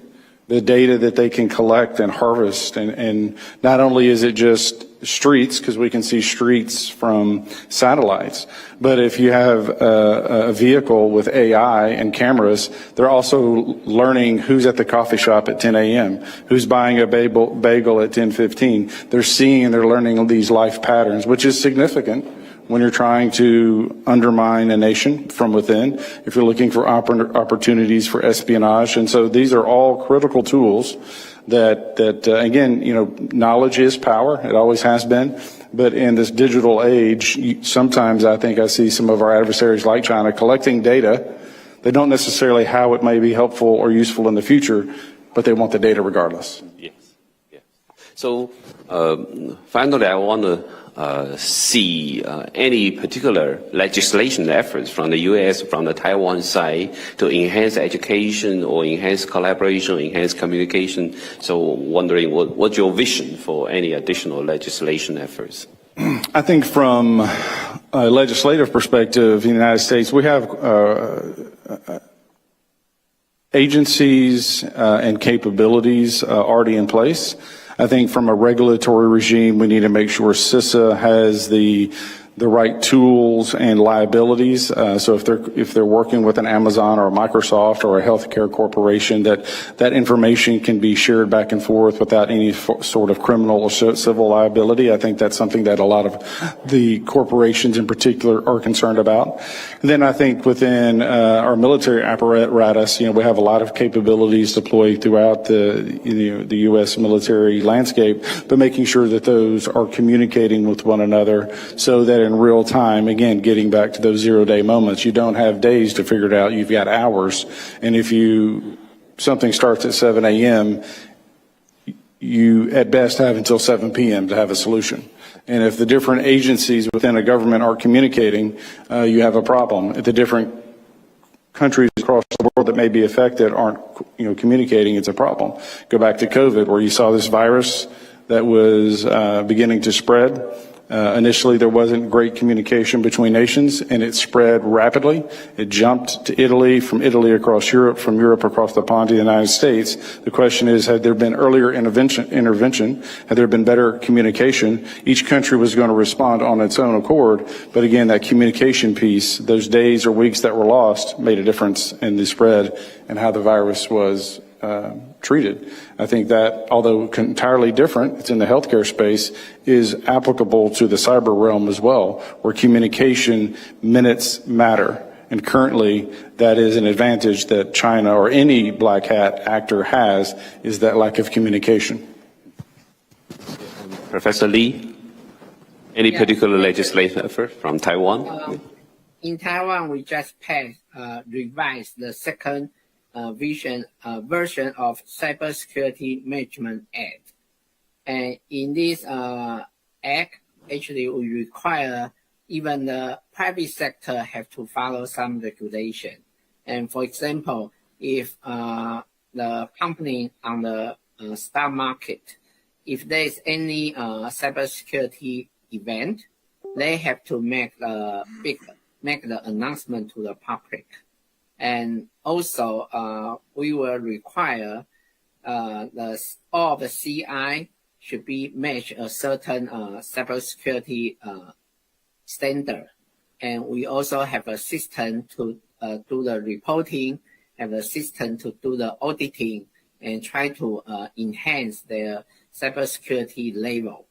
But one thing, I think we still have a room to improve, because many company or CI provider, especially for the telecommunication company, they always will use that it's about the personal data, and we cannot do the enough cybersecurity exam. I think we need to resolve this conflict. Sometimes the cybersecurity should be on the top priority, of course, under the certain requirement.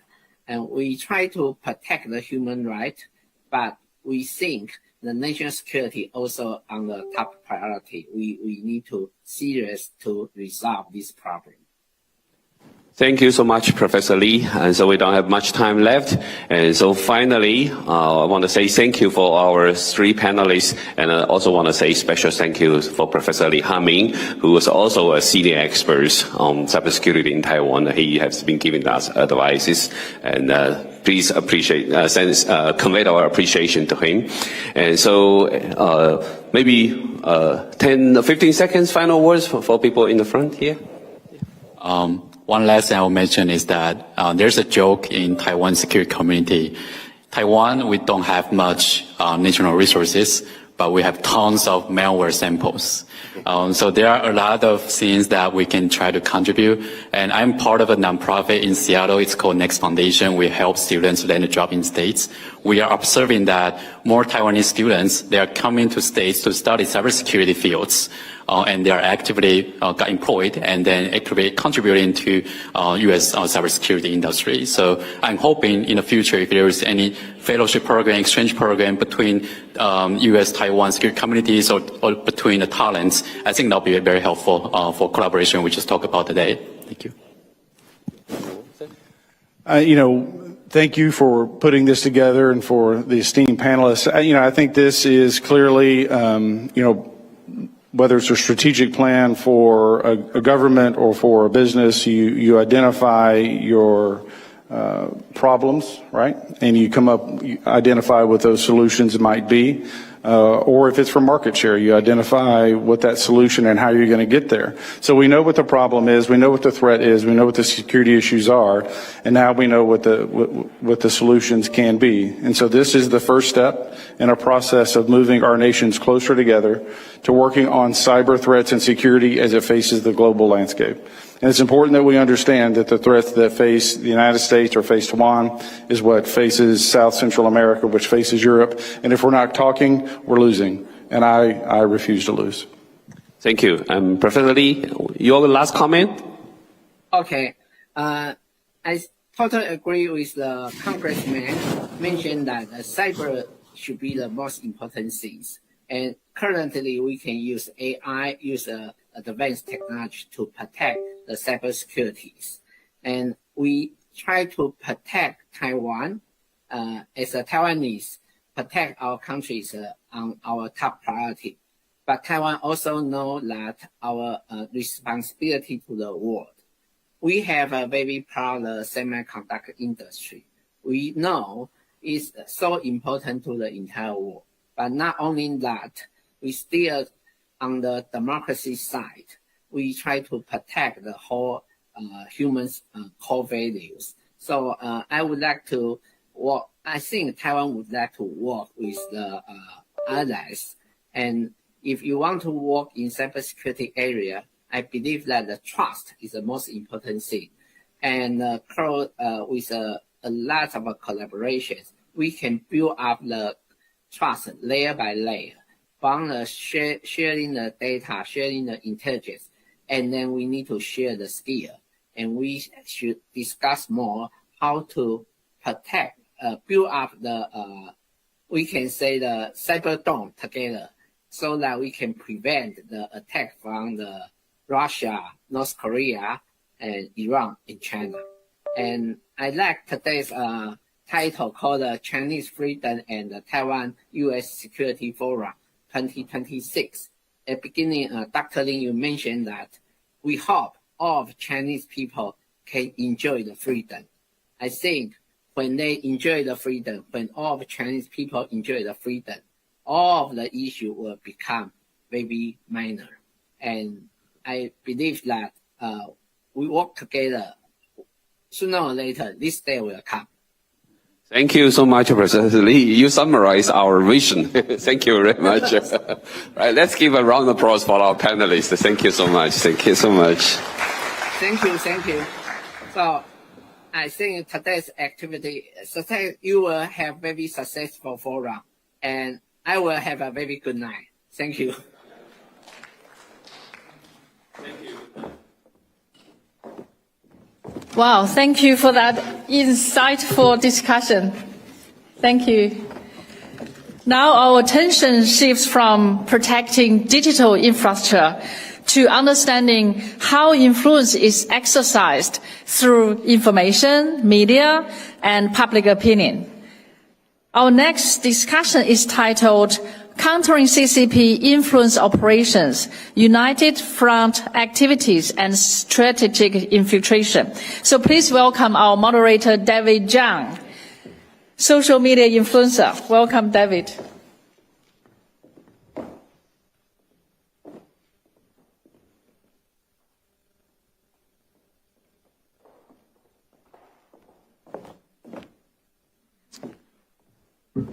Good morning, everyone.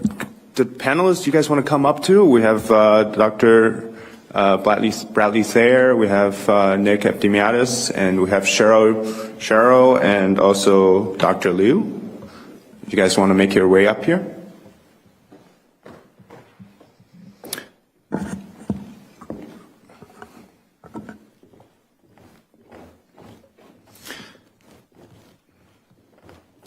Good morning, everyone. So our session 2 is going to be on countering the CCP influence operations, United Front activities, as well as strategic infiltration. And it's my pleasure to moderate this panel today. I want to thank our distinguished panelists for joining us. When people think of competition between great powers, they often think of something like military force or economic pressure. But often, increasingly nowadays, we're seeing this taking place in the gray zone. Through influence operations, disinformation, cyber activities, economic coercion, and cognitive warfare. And for me, as a China commentator, one trend I've noticed that's growing is the sophisticated attacks and waves of attacks that the CCP has been able to put onto our young people through messaging, particularly content on social media that's tailored to Gen Z, Gen Alpha, Millennial. And these are the things that I'm looking forward to getting some answers from our panelists as well. The challenge for democracies is unique. We engage with openness, free exchange of ideas, and access to information. And these are our strength, but they can also be exploited. The question is how democracies can recognize and counter influence operations while preserving those same freedoms. And Taiwan has been on the front line of this challenge for decades and has developed valuable resources and responses through government, civil society, independent media, as well as technology to counter that. The experience offered by Taiwan there are going to be important lessons for us here in the United States and other democracies. Today we'll be focusing not only on understanding the problem, but also on practical solutions. What countermeasures work? What can we learn from Taiwan? And as AI, we've just discussed in the first panel, continues to reshape the environment, what can we do or what can we look for within the next 5 years? With that, let me just quickly introduce our panelists. We have Dr. Yu-Hsi Liu, who is sitting second to the right. She is associate professor at Shenzhen University in Taiwan, executive director of the Taiwan Liberty Society, and member of the Whole of Society Defense Resilience Committee in the Presidential Office of Taiwan. Her research focuses on China's political warfare, cognitive warfare, cross-strait relations, with particular emphasis on how democracies can respond to authoritarian influence operations. And we also have Cheryl Yu from Jamestown Foundation. She is a fellow in China Studies, and she's the second to the left. Her research specializes in the Chinese Communist Party's United Front system, overseas influence operations, covert activities in democratic societies. One of her most recent report is actually one of my favorite think tank reports ever. So very honored to have her join us. And then to the very right, we have Dr. Bradley Thayer, leading scholar of international security and strategic studies and a founding member of the Committee on the Present Danger China. His research focuses on grand strategy, deterrence, military affairs, and strategic challenge posed by the CCP. And he's written extensively. We've done some interviews together as well. He's also the author of Embracing Communist China, America's Greatest Strategic Failure. And on the left here is Professor Nicholas Efthymiadis, one of America's most foremost experts on Chinese intelligence and espionage. He is a professor in Penn State's Homeland Security program and served for 34 years across the CIA, Defense Intelligence Agency, Department of State, and the Office of the Director of National Intelligence. He is the author of the seminal book, Chinese Intelligence Operations, which is widely regarded as the foundational work on China's intelligence services and espionage methodology. So we'll begin today with each of the panelists giving their presentation. How about we start with ladies first? Dr. Yu-Hsi, do you want to go ahead and start? If you need the slide, just tell them next slide. Okay, so slides, please. Okay.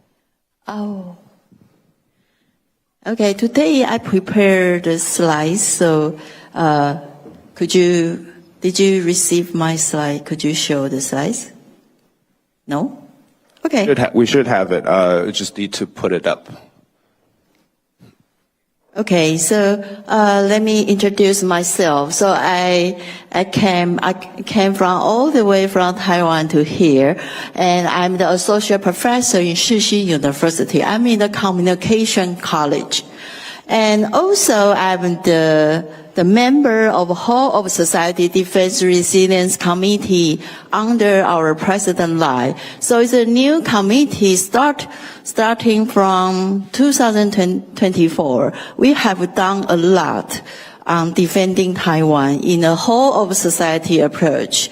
So anti-infiltration is the first step to build resilience. So that's why I was selected in this committee.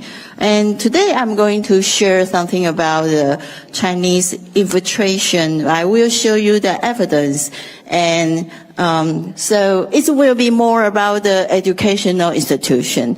So our research focus on how CCP infiltrates grassroots organizations such as temples or village head to influence our election results.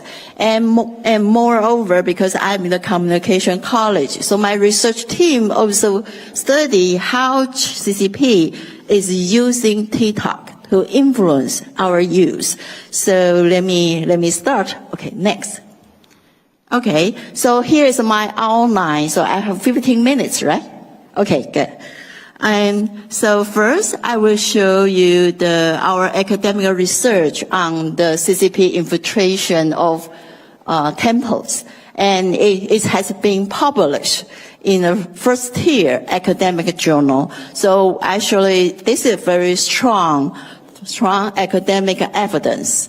And also, the second thing is, CCP is evolving. So the new trend of the influence operations are a little bit different.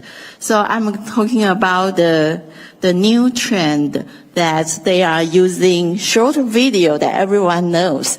And they also shape Taiwanese perceptions of the U.S., and that's a difference. So before you might think, okay, that's the China-Taiwan issue only. But no, now CCP is putting all the information warfare under a global context. So it's US, Taiwan, China in their narrative framework. Okay. And in the final part, I will talk about how to counter those infiltration. Okay, next. So Russia and China always work together. They learn from each other, but there is still something different.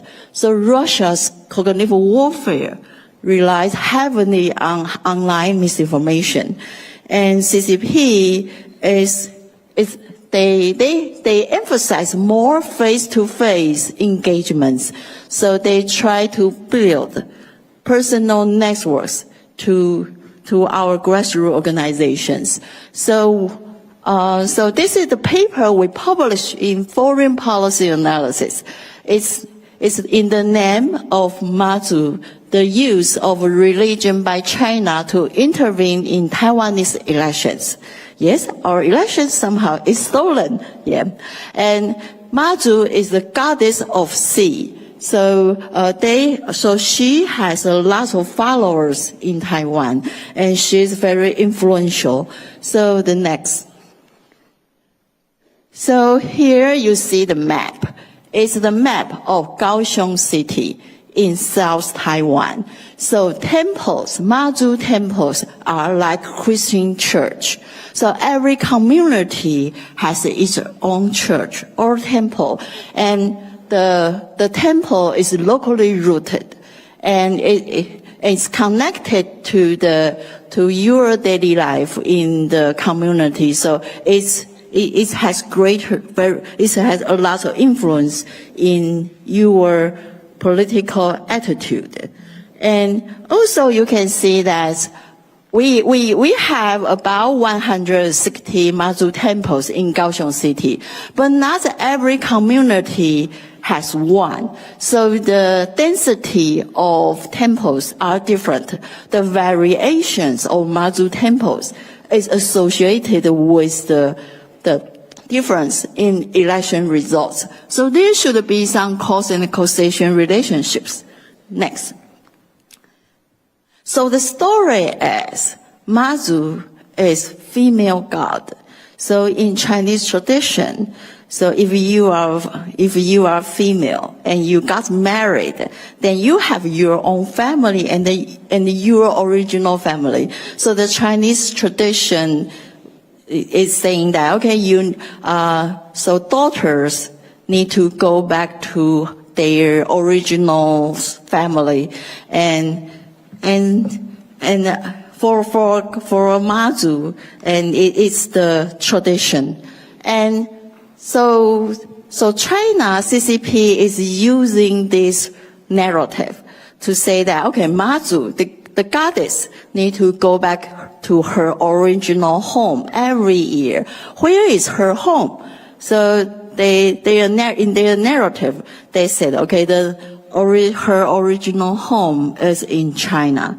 So they invited followers in Mazu temples to to worship in China. And so we have economic behavior model and also statistics model to explain the results. So I just show the results quickly, and then we will revisit the story, the mechanism. And we use spatial regression, and we find that urban Mazu temples can influence election results.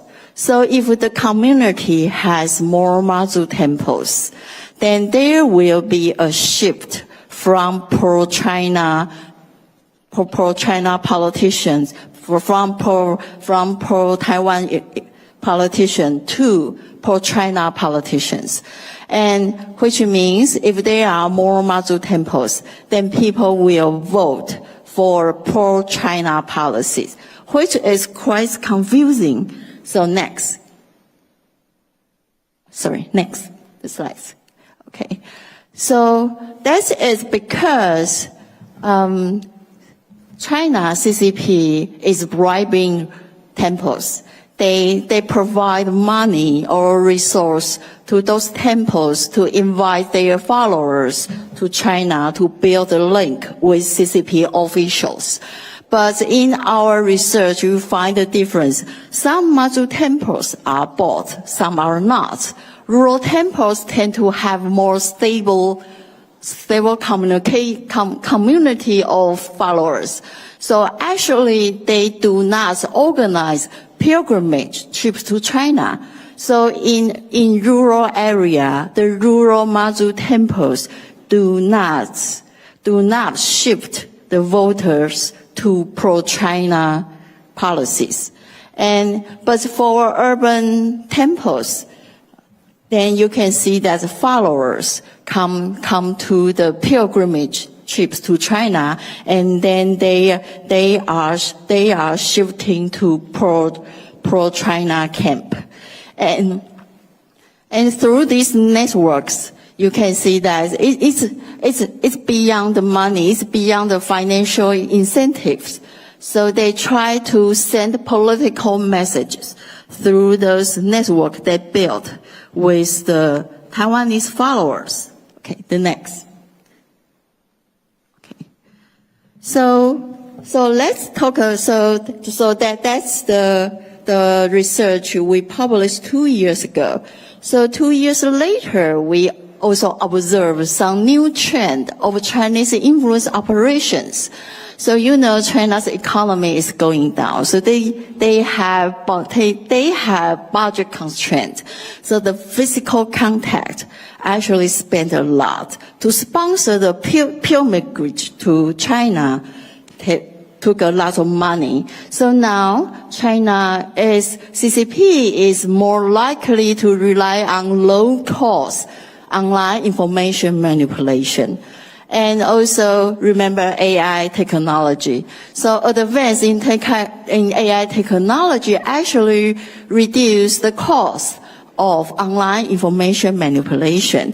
So AI technology can start very large scale online misinformation operations and at a very low cost. And what you can see that TikTok, every young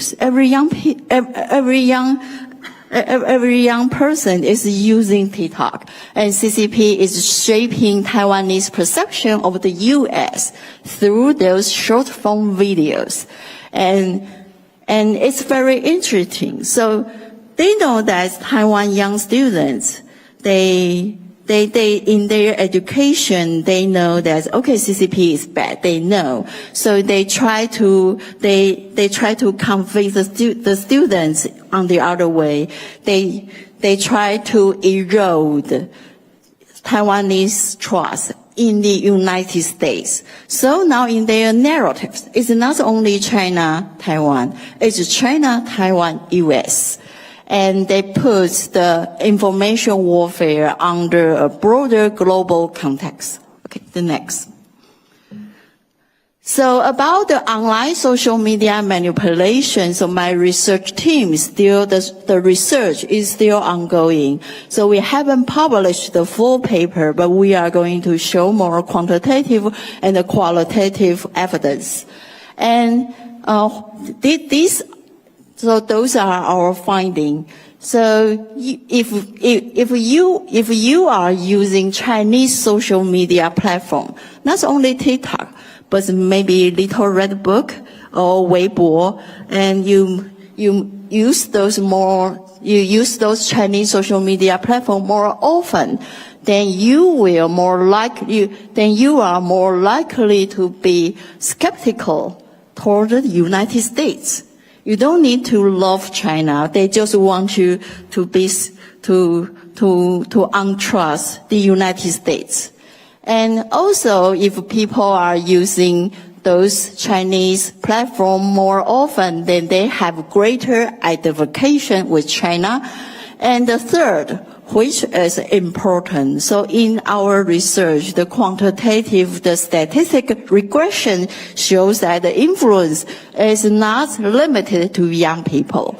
Actually, middle-aged and old people are all influenced by those short video. And difference across age groups are not significant. So all age are influenced.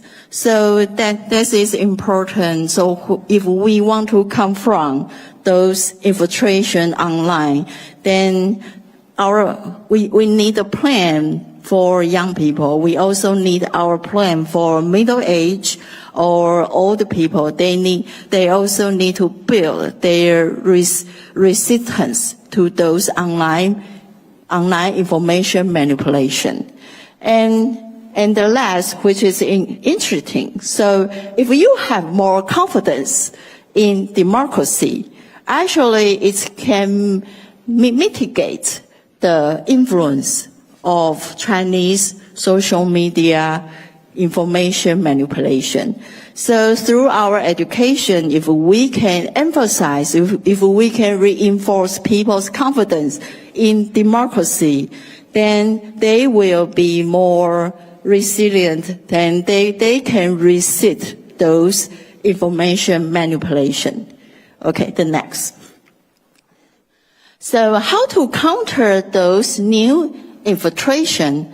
And so about in the case of temples, if the temple has more resilient community, that people trust each other, and the temple doesn't need to get new money from CCP, then CCP has no way to infiltrate those temples. And same thing happened in the online. So to counter those online information manipulation, and the most effective strategy is not to defend. I would say that we need to go on the offensive. That doesn't mean that we need to ruin the platform. No, that means we need to bring out our own narrative. We need to tell our own story. We need to send credible, engaging, and positive content to the platform. And in communication studies, Scholars already found that people are tired of fact-checking. So you can see that fact-checking or correcting misinformation is almost ineffective. So we need to bring out our news story. We need to go on the offensive side. Okay, the next. And so we need to come to the battlefield of short-form video. We cannot see the short-form video space. We need to build our narrative using short video. But we should avoid Douyin or TikTok, because for those Chinese social media platform, the algorithm is still controlled by the CCP. So our efforts will be totally useless. So we need to avoid those Chinese platforms. We still have the other platforms, such as Instagram Reels and the YouTube Shorts. So your good, positive content can be spread out through those platforms. And the final, reducing CCP's influence over TikTok global information is very critical. We need to undermine their effective control over those platforms. Okay, thank you. Thank you, Dr. Liu. Should we just do ladies first? Cheryl, do you want to go next? You can, or you can sit here too if you want to. Never mind, I already stand up.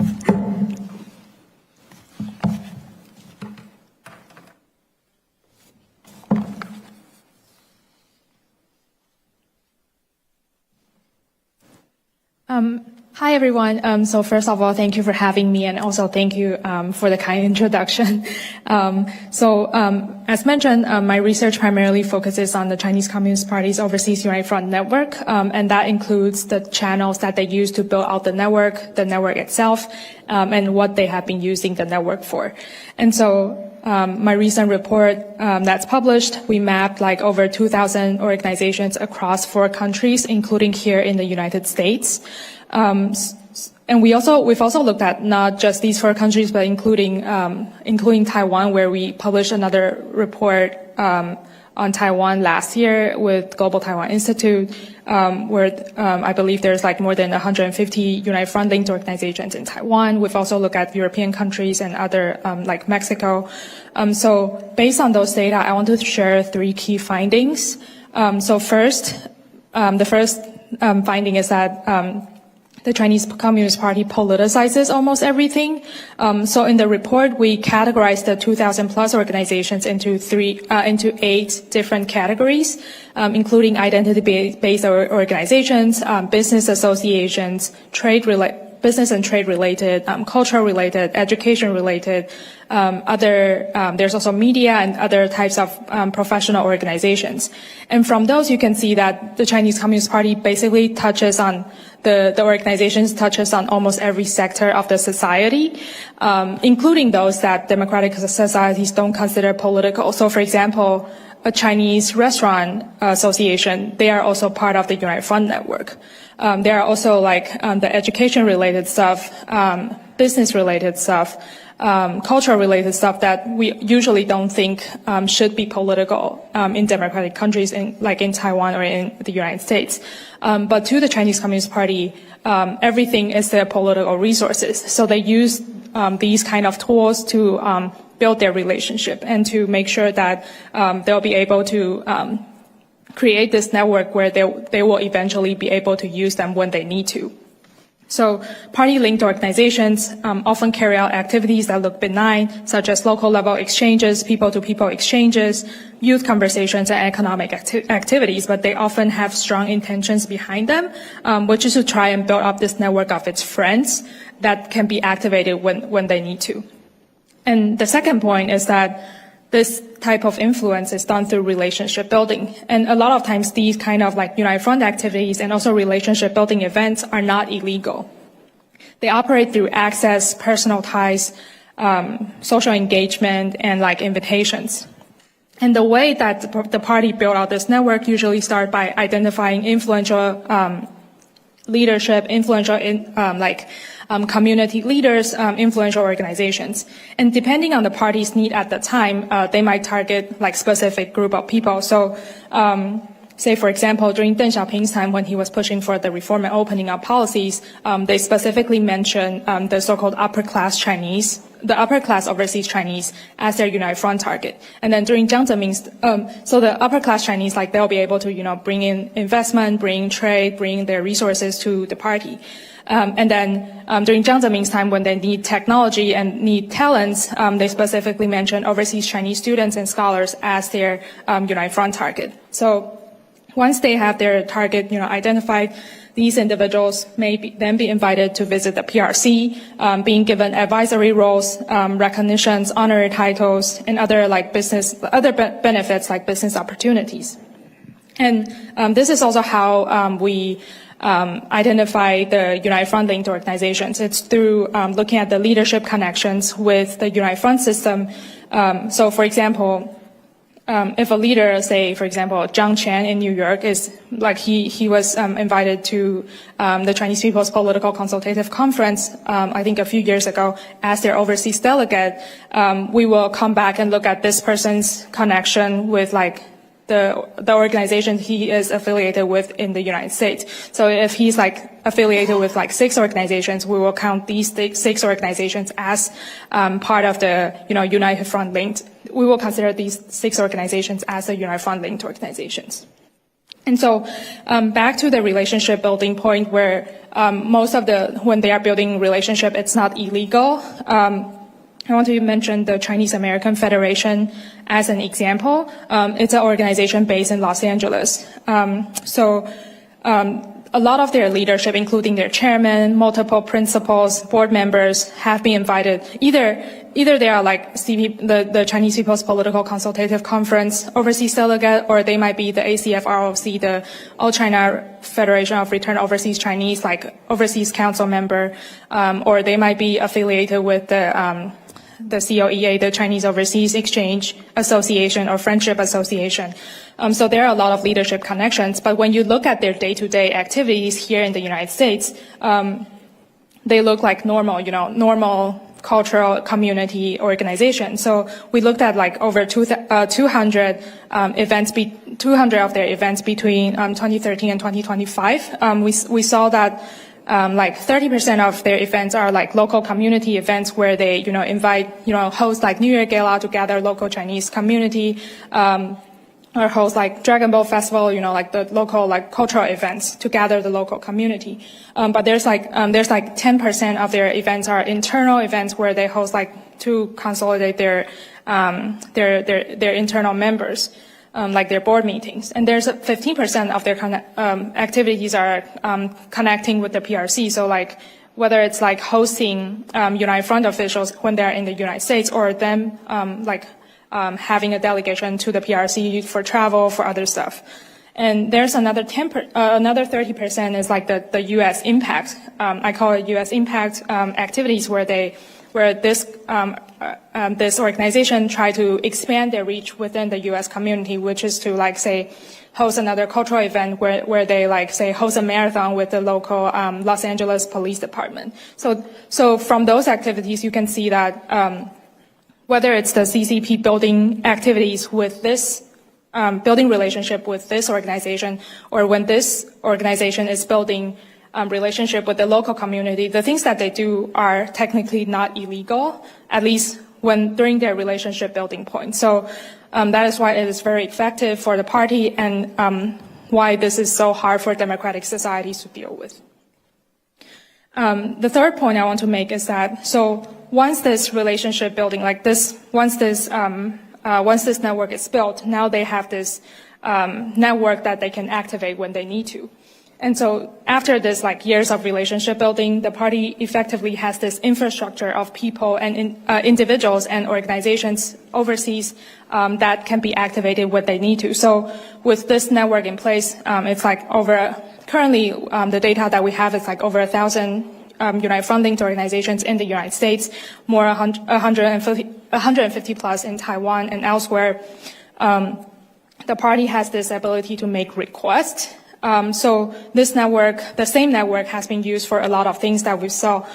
So for example, we saw that they have been using this same network for narrative shaping. They have been using this network for intelligence gathering. They have been using this network for emergency mobilization, government influence, transnational repression, technology transfer, espionage, talent recruitment. So there are a lot of different things that the party needs, and this same network of their resources and people, that this infrastructure they have can be directed to do things when the party needs them to.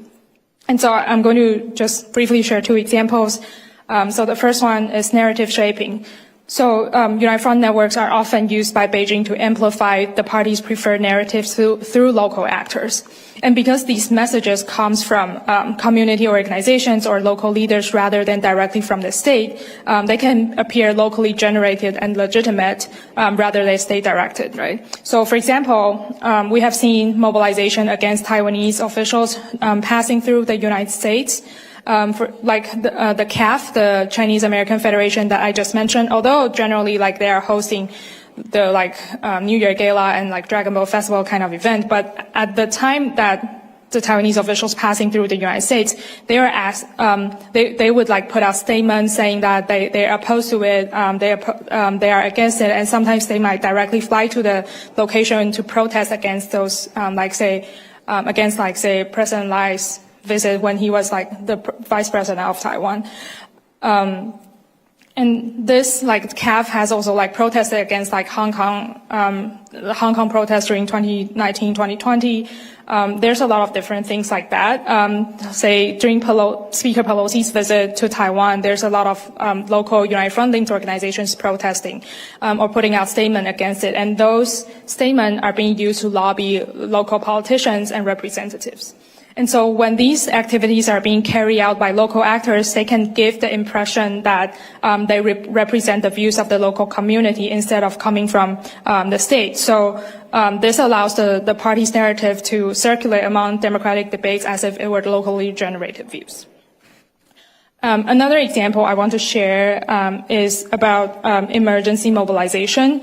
I think during COVID, it was a very successful example when the party used this overseas network at scale to mobilize over the overseas community and individuals, not just organizations, but also overseas Chinese-related United Front linked companies also like participated in that. So I think back in 2020, like in March, when I started to like realize that, oh, we should get masks, we should get this and that. But it's too late already, because when I visited the local CVS, the masks are already gone. Like it's already gone. Like because like 2 months ahead, like in late January 2020, the Chinese Communist Party's United Front system already mobilized the overseas network to ship things back to the PRC. So one concrete example, so like on January 26, 2020, the Zhejiang FROC, the Federation Return Overseas Chinese, Wenzhou United Front Work Department, and also Federation of Return Overseas Chinese, they put out an initiative directly stating that the party needs help. So asking the overseas Chinese community to mobilize them to make sure that they ship their things back. And within like 2 or 3 days, most of the organizations and individuals are able to, gather the resources and make sure that they, mobilize their contact locally, to make sure that they can ship things back to the PRC.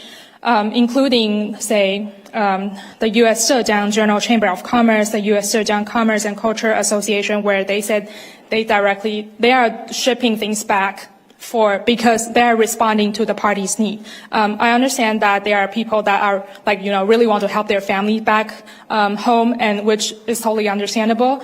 But the party at the same time has been mobilizing the same network at scale to make sure that they get what they need during this emergency time.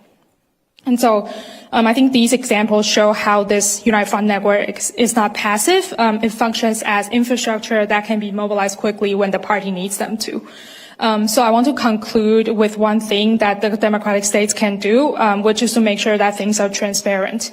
I think at the federal level, make sure that FARA is enforced. At the state level, states should have their own because currently the federal level FARA doesn't regulate states. And for Taiwan, I think it would be nice to have something similar to make sure that foreign agents are registered. I know things are complicated in Taiwan at the moment, but I think that's the very least that government should do, which is to make sure that officials, current and former, military personnel, current and former, should register if they are interacting with any Unite Front linked system and agencies. So I think for democratic states, most effective response is to make sure that infrastructure of this infrastructure of people and organizations should be visible as early as possible so that the party doesn't take advantage of the openness of democratic society. Thank you.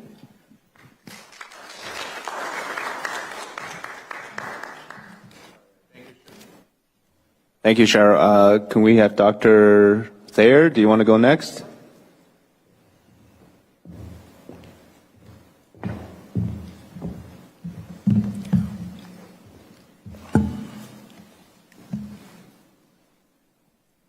Well, David, thank you very much indeed for the introduction, and thanks very much to Sean as well and the organizers of this very important gathering for giving us the opportunity to address these extremely important topics. I'm appreciative for mentioning my co-authored book, Embracing Communist China, America's Greatest Strategic Failure. And it may be of interest that next month I'll have the next book, America's 100 Years War, How to Win Against Communism. And so very much looking forward to that. And some of the points that I'm going to make briefly today are made in much more detail in that book. David and Sean gave us a great menu, a cornucopia of topics in which to address. I'm going to pick two, though. I'm going to look first, as they asked us to look at the Chinese Communist Party's political warfare strategies, the use of the United Front, why that's important, and then related to the second topic, I'm going to address what we can do about it. How do we defeat it? And in essence, the answer is what the answer Lucy gave, which is to go on the offensive against it, to call the CCP out, recognize what the CCP is, and then work collaboratively to defeat it. So what's the CCP's political warfare strategy? Well, the political warfare strategy of the CCP is rooted in Bolshevik thought. The Bolsheviks sought to create the United Front to use a mechanism that would be able to identify and then unhinge society. So using tactics, for example, of penetration, working with intelligence organizations, working with front organizations, they would be able to move into a society and advance a communist revolution by, if you will, identifying the centers of power and unhinging them to bring about that revolution. Bolsheviks, of course, were experts at political warfare. The CCP learned from them and is also expert at political warfare, at penetrating societies. Very sad to say, the United States, as well as innumerable efforts against Taiwan, many countries, all countries around the world, be they great or small. That effective tactic needs to be combated, and it needs to be combative by looking at really the essence of what we're discussing. First of which, when we look at any type of response to the Chinese Communist Party and their United Front tactics, is to recognize what's happening. I'm very pleased to see that Taiwan has reintroduced education for military officers with respect to communism after a 25-year, essentially a quarter-century absence. That's extremely important to know the enemy. And it allows us to understand that the United States should adopt similar tactics, related tactics, to allow individuals to understand what's happening in the United States, the nature of communism, and fundamentally why communism is illegitimate. There's no reason why the CCP should be in power. It's an illegitimate government and it should be treated as an illegitimate government, the way apartheid South Africa was. It is because the Chinese Communist Party is a product of Soviet imperialism. It was put in place by the Soviet Union, generated by the Comintern, of course, put in place by the Soviet Union, and sustained by the Soviet Union, and American mistakes as well. When we see the CCP in that light, we recognize, of course, as an illegitimate government, a colonial government, in essence, the product of Soviet imperialism. It has no right, there's no obligation to support it as the government of China. In fact, it is not. It has no business ruling the Han people, Han civilization, and all of the denizens, of course, of what we call today the People's Republic of China. Understanding communism also allows us to understand that it's hyper-aggressive. It's always attacking, whether that's through the United Front tactics or whether that's through other mechanisms or kinetic means as well. That hyper-aggression, of course, has to be identified and it has to be matched. And that can be done in a variety of ways, but defense against the political ideas, recognizing the political genesis of the CCP, recognizing its illegitimacy, and recognizing, of course, its irredeemably evil and corrupt nature needs to be, of course, part of our offensive against it. What else can be done? Well, very usefully, the fiscal year 2006 Intelligence Authorization Act, which was signed in December in the National Defense Act, authorized the intelligence community to once again conduct a study of the wealth and corrupt practices of the CCP. That is, it's a bit incongruous for the leaders of the Chinese communists to be billionaires, and yet all of them are. That needs to be identified and called out, as the U.S. intelligence community is working to do. That will provide several advantages. It will allow us to see where Xi Jinping actually hides his wealth, other 7 members of the Standing Committee, all of the Politburo, and really focusing on additionally 25 other senior communist officials in the People's Republic of China. That allows us to see where they've hidden their wealth. That allows us to see through, obviously, many organizations, fronts, layers, family members, etc. And it allows us to understand for all audiences worldwide the true nature of the Chinese Communist Party, as well as, of course, the Chinese people to see that and to be able to recognize the nature of their leaders. What else can be done? Many other tactics can be employed, and many other arguments should be advanced to provide that the appropriate response. Perhaps just limited by time, second big element that should be done would be to educate the world, that is again all global audiences, about the nature of Taiwan, the importance of Taiwan in international politics, the importance of Taiwan in a relationship increasingly combative with the People's Republic of China. That Taiwan matters for 3 major reasons. The first of which, of course, is the economic one, which gets a lot of attention. Obviously, in terms of chip production, in terms of the other mechanisms, the other industries, of course, that your president has emphasized, in terms of development, including AI and advanced communications. The economic component is absolutely essential. If we were to lose Taiwan in a kinetic attack or through subterfuge, other forms of political warfare directed against Taiwan, the world would be in depression. Secondly, Taiwan matters because of its geostrategic space. It's located in a very valuable area of the world, the first island chain, but extremely important for, if you will, serving as the cork in the bottle against the People's Republic of China's People's Liberation Army Navy and other efforts of the PRC to expand its power and to subvert countries in the region. Thirdly, and perhaps most significantly, Taiwan matters because of its political history, because of what it means in political warfare. Taiwan matters because it shows what China should be. It shows that Taiwan moved from authoritarianism to democracy, full-fledged democracy, as it is very robustly today. And that allows the world to recognize, again, that the PRC is illegitimate. The Han civilization is absolutely compatible with democracy. The Chinese people are absolutely compatible with democracy. And Taiwan shows that to the world. And you can see why the CCP wants to destroy Taiwan. It wants to eliminate that, a very embarrassing element from the standpoint of the Chinese Communist Party.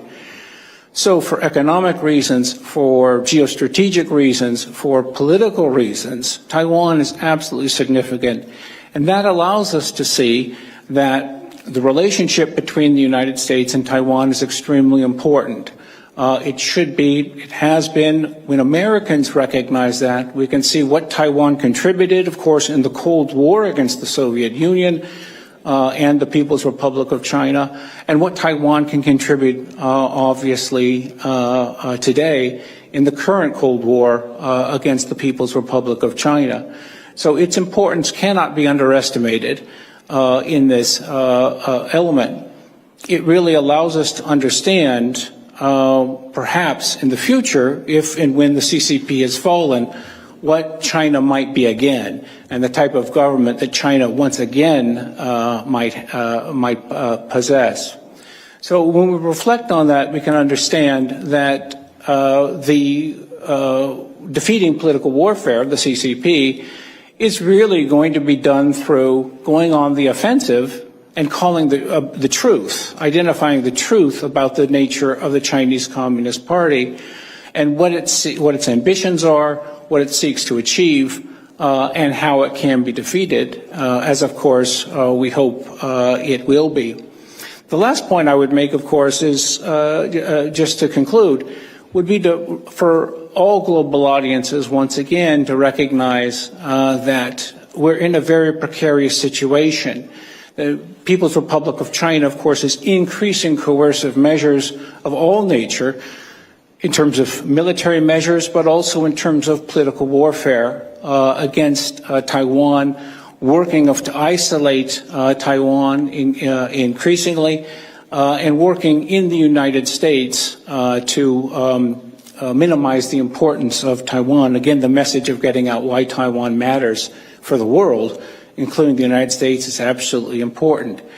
But I'm heartened by the Trump administration's increasing recognition of the evils of communism.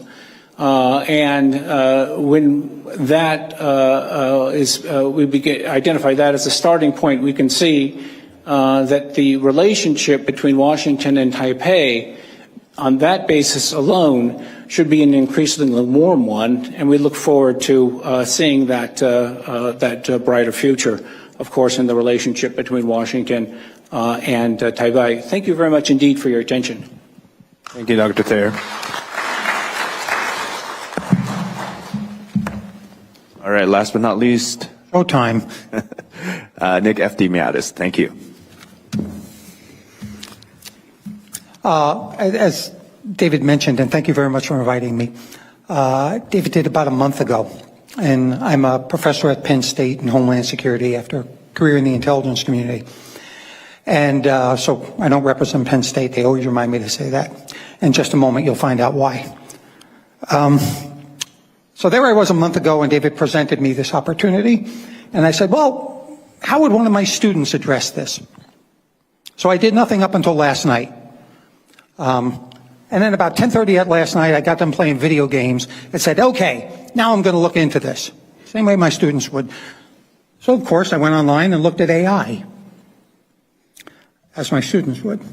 And I said, what does Nick F. DeMatteis have to say about CCP political warfare? Use only his published works and his interviews and provide detailed citations, right? So I could be sure it wasn't making stuff up.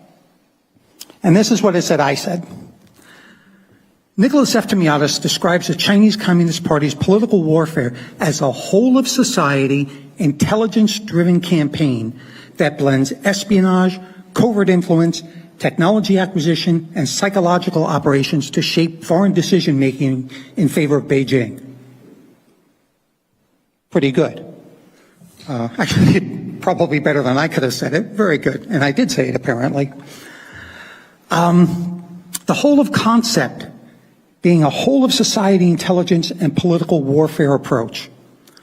Whole of society mobilization, as Cheryl pointed out, and how the CCP uses tens, if not hundreds of thousands of actors worldwide, intelligence officers, diplomats, academics, students, diaspora organizations, all to advance party objectives.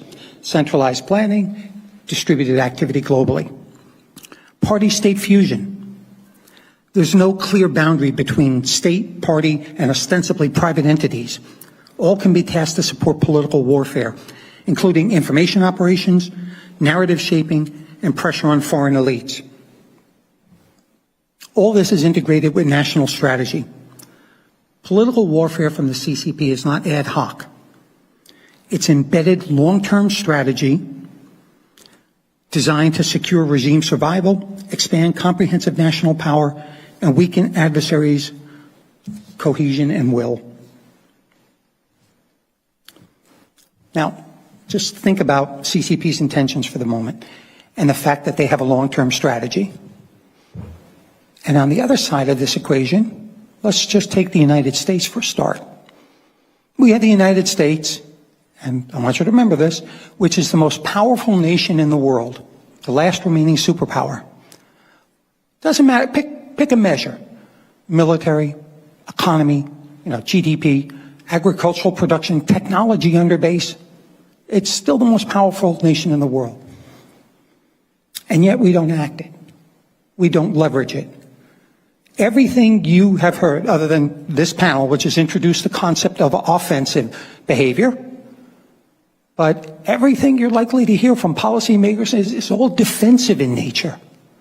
Oh, let's go build more cyber defenses. Let's have a coordinated response between cyber actors and, our government, CISA, and companies. Great idea. Build more cyber defenses. Who pays for that? Well, if you're a company, the consumer is going to pay for it. And if you're the government, the taxpayer is going to pay for it. There is no incentive in anything we do for the CCP to stop its actions. We provide no incentive. In fact, we encourage it. Honestly, I think we're going to lose this one if we don't change. It really is. If you're in Beijing, as was pointed out in the panel earlier, AI is easy and it's making it easier. What's the incentive to stop? What, the fact that we're putting up more defenses? It's not a way to do policy. So we need to kind of look at the CCP's strategic objectives, which I frame them as protect regime survival and the CCP monopolies on power, secure economic and technological advantages over rivals, shape global norms to be more accommodating of an authoritarian governance. In the case of the CCP, it's a digital authoritarian regime. Erode adversaries' social cohesion, trust in institutions, and the ability to resist coercion. These are China's objectives. These are the CCP's objectives. What are the U.S. objectives? What is the U.S. strategy? What is the U.S. strategy with Taiwan for dealing with these? I defy anyone to give me an answer, right? Because I've said that to senior U.S. policy officials, and I've said that asked that to members of Congress, and you get a deer in the headlights because nobody knows. Nobody's thought of developing a strategy. Don't you think we need one? We clearly know what China is, right? They've said it publicly. To reascend to our position at the top, our rightful position at the top of the world. Those are Xi Jinping's words. Not to climb, to reascend. Believing we were always on the top of the world, and that's what Xi Jinping is giving us the China dream. He's got a strategy, a long-term one. We keep fighting battles, but we're not addressing the war.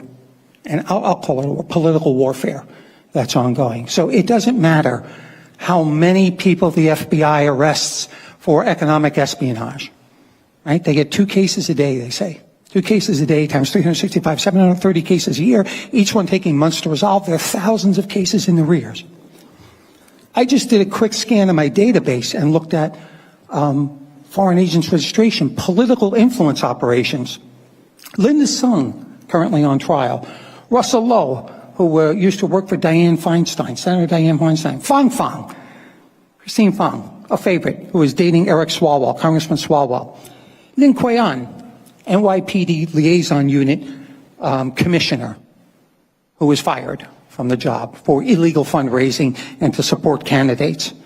Mike's son and Eileen Wong, we just heard about, in Arcadia, California. She was the mayor of Arcadia, ran a propaganda site, for the CCP earlier on, and then were raising funds explicitly with the purpose of attacking Falun Gong.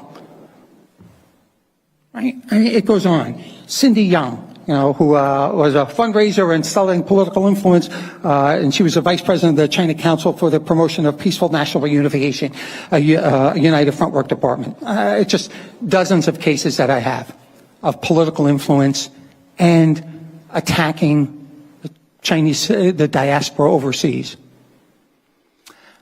What is the fundamental number one responsibility of any nation state?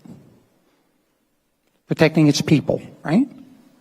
If you cannot protect your people, say this to members of Congress, if you can't protect your people, what good are you?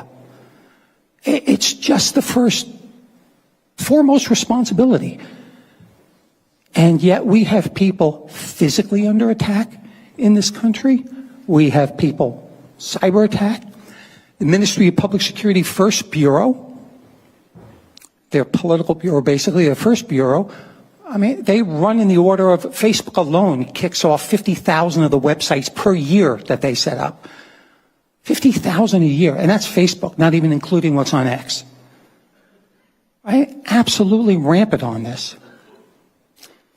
So, discussed a little on what they do, discussed a little on what their objectives are, and what political warfare is in the CCP eyes. Discuss what we're not doing or doing incorrectly. So what can we do? And how does the U.S. work with Taiwan to do that? I gave a presentation once at some organization in Washington, D.C., the Cosmos Club, actually, and someone who was in the crowd said to me, the President Trump cut CISA back. And, that's the problem. We're dealing with Chinese economic espionage and their attack against, Volt Typhoon, Salt Typhoon, their attack against critical infrastructure. And it dawned on me, I said, you retired from CISA, yes? He said, yes. The problem is our thinking. We're linear thinkers, right? They attack from cyber, we add money to that. Or we attack back in cyber. Tell you what, next time we find Volt Typhoon or Salt Typhoon, put a carrier through the Taiwan Straits. So you know what? We're going to put a couple of carrier battle groups and sail them slowly through the Taiwan Strait. Let's see Xi Jinping hold on to power when everyone starts screaming about this an American carrier offshore. Next time they start doing exercises outside of Taiwan, let's go do exercises on the east coast of Taiwan.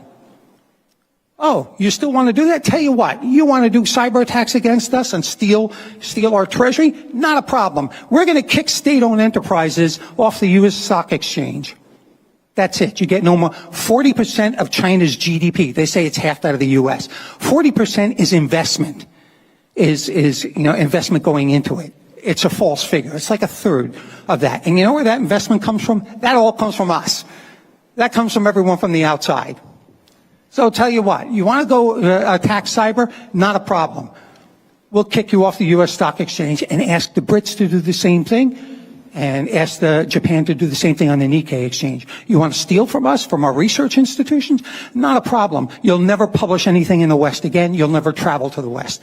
See how you do locked up inside China. Oh, you want to fly on a carrier? No. Same thing that we do with terrorism or suspected terrorists. You don't get on a carrier, on an air carrier anywhere. We, again, go back to the first statement. The U.S. is the most powerful nation in the world. And we don't have to play, we don't have to give a reason. We can give China the same reasons for our actions that they give us. No, and we're not going to address it. What do you mean you're going to build something in the South China Sea? Well, we don't like your attitude, which is what Xi Jinping said to Biden when President Biden brought up fentanyl. We're not going to change until America's attitude doesn't change. So guess what? Next time they run exercises by Taiwan, we start building in the South China Sea. And they say, you can't do that. Yeah, actually we can. The United Nations says we can. You haven't done any, they say it's not yours, so we're going to do it. And we're not going to stop until your attitude changes. Period. You have no evidence. We don't need evidence. We're a sovereign nation. Any evidence we have, we'll keep to ourselves. So, things aren't going to change until the U.S. starts acting like the global power that it is, starts standing up for itself, and starts exercising itself globally. And we need to treat China and the CCP in the same way they are treating the world. Nothing's going to happen until you hold at risk that which they value. And in the case of the CCP, it's power.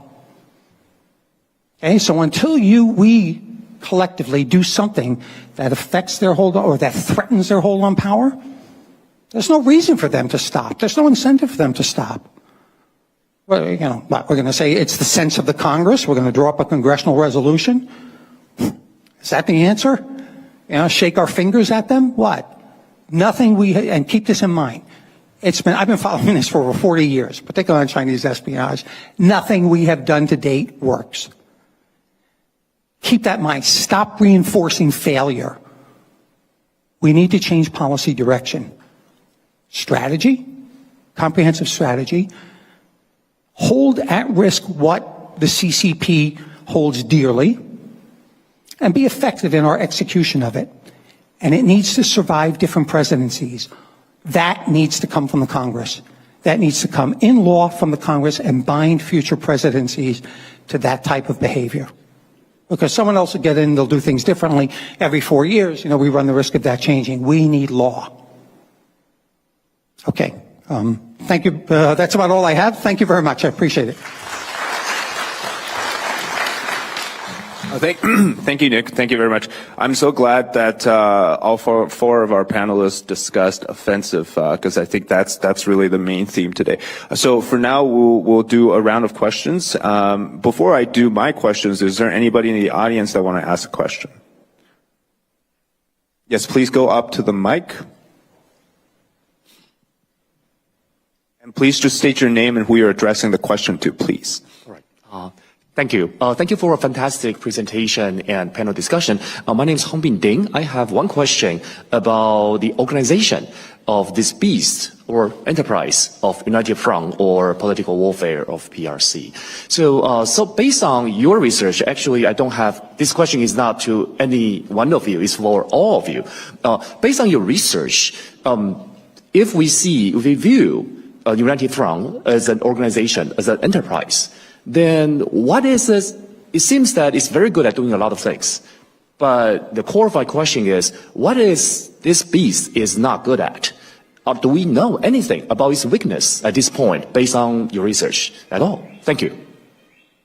Cheryl, do you want to answer? Honestly, I think because the way they can operate like normal organizations, just like a nonprofit. I'm seeing like all the benefit that they have instead of the weaknesses. I think it's very hard. I'll jump on it. You know what? Their weakness is security. Their weakness is what I would call operation security. Because, look, that type of coercion has been going on.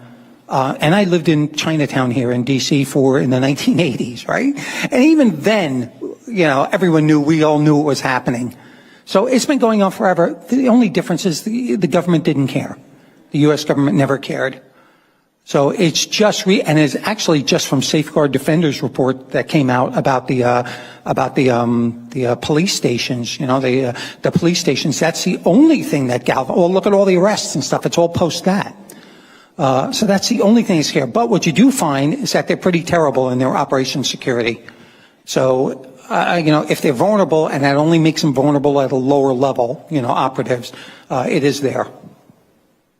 Go ahead, Nia. Actually, yeah. Now, I thought of one. So I think one of the it is their benefit. At the same time, it's also their weaknesses, which is the people that they are using right now. So the individuals that they try to collaborate with, where they currently work closely with the CCP and try to do whatever the party asks them to. At the same time, they are also just, individuals living abroad. So I think as whether it's the Taiwanese government or the U.S. government, I think for democratic societies, we should also do the same.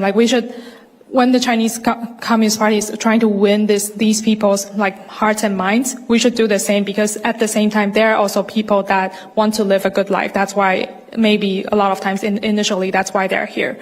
I think the people that is consisting of these organizations is, although the party is using them at the moment, but at the same time, they are also the so-called weaknesses that democratic societies should try to, exploit. Just jump in, David. Just succinctly, United Front has two major weaknesses. First, it's playing a bad hand because it's trying to defend, in essence, communism and to advance that system. Second weakness is it plays on ignorance. And so the faster, the better, the more effectively we learn about its strategy, its tactics, and fundamentally the ideology that's driving it, we'd be able to drive a stake through the heart of the United Front, whether it's the work department or obviously working through non-official front organizations, and thereby drive a stake through the heart of the CCP. Thank you. Actually, can I just jump on one thing? You know what? There is a level of ignorance also in the people who are in those organizations, those nonprofits in the United States, and student groups, for example, and such. They don't know that literally, you responding to Beijing's tasking like this is against U.S. law. If they knew that, I think a lot of them would go, whoa, wait a minute, what are you talking about? And that we consider that breaking the law, and it's a 5-year penalty, that type of thing. In fact, I think I'm going to, I had about 800 I'm going to get 800 letters together and just send it to the boards on that. By the way, did you know that? Just letting you know that acting on behalf of the Beijing government, secrecy is breaking U.S. law. So I think Beijing would lose a lot of support that way, because people would be like, oh, wait a minute. Oh, I had no idea. All right, thank you. Thank you very much. Tom McDevitt, I serve as chairman of the Washington Times, just got back from Taiwan. And I think this last panel is one of the most inspiring panels I've heard in a long time. And the reason is because you're talking about going on the offensive. In that space, what is the panel's view of ideological warfare? In other words, especially in the 250th anniversary of America, comparing and contrasting the American first principle model with CCP thought, Xi Jinping thought, socialism with Chinese characteristics. Also, one other point I'd like to make is that the Washington Times is eager to collaborate, very impressed with this conference and the setup. We just published a special section here, which is available, Why Taiwan Matters Now More Than Ever, and 32 pages, fabulous number of op-eds. We want to do this every month.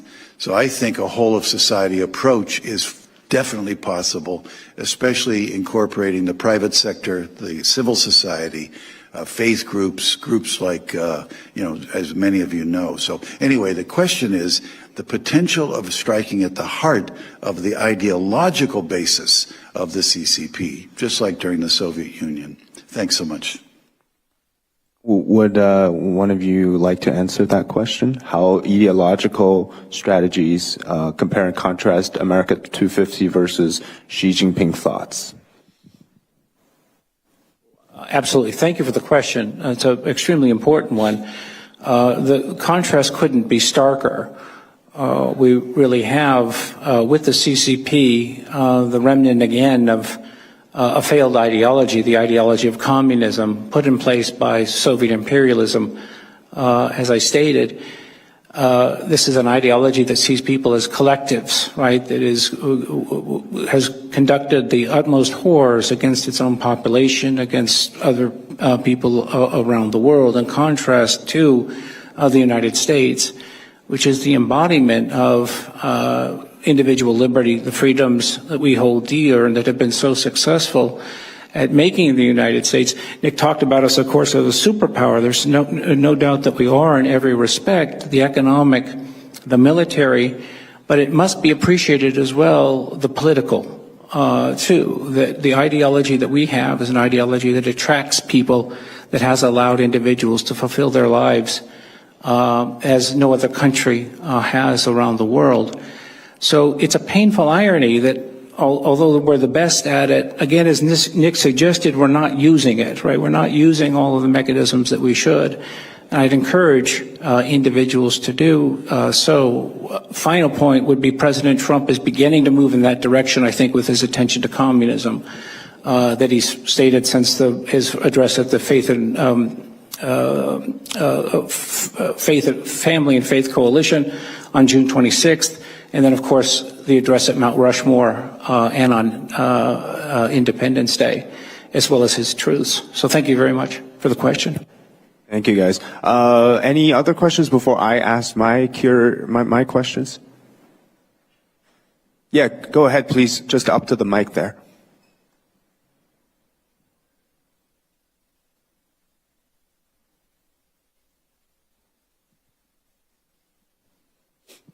Thank you very much for that wonderful conference. It was very insightful to hear your different perspectives.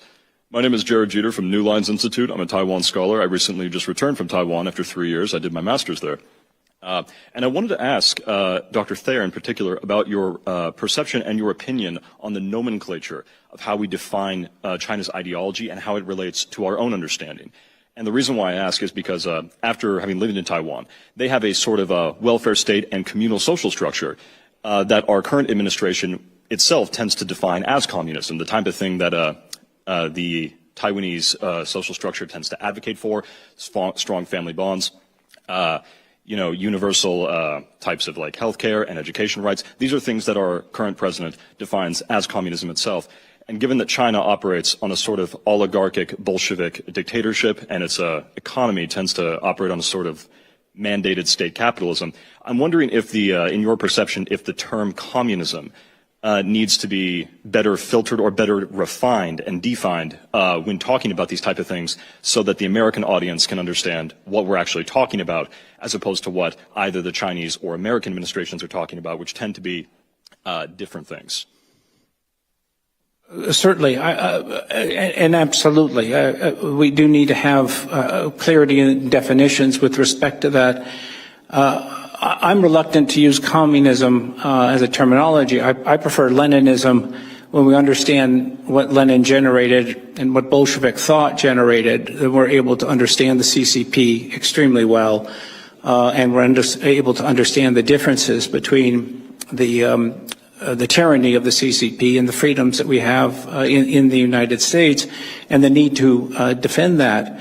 And so from that point of view, we're going to be able to recognize that when we see that stark differences, it's not an amorphous communism, it's the thought of Lenin and the Bolsheviks and how that disseminated. We're able to see, I think, with greater clarity, the differences between the two systems. Thank you. All right. Yeah, go ahead.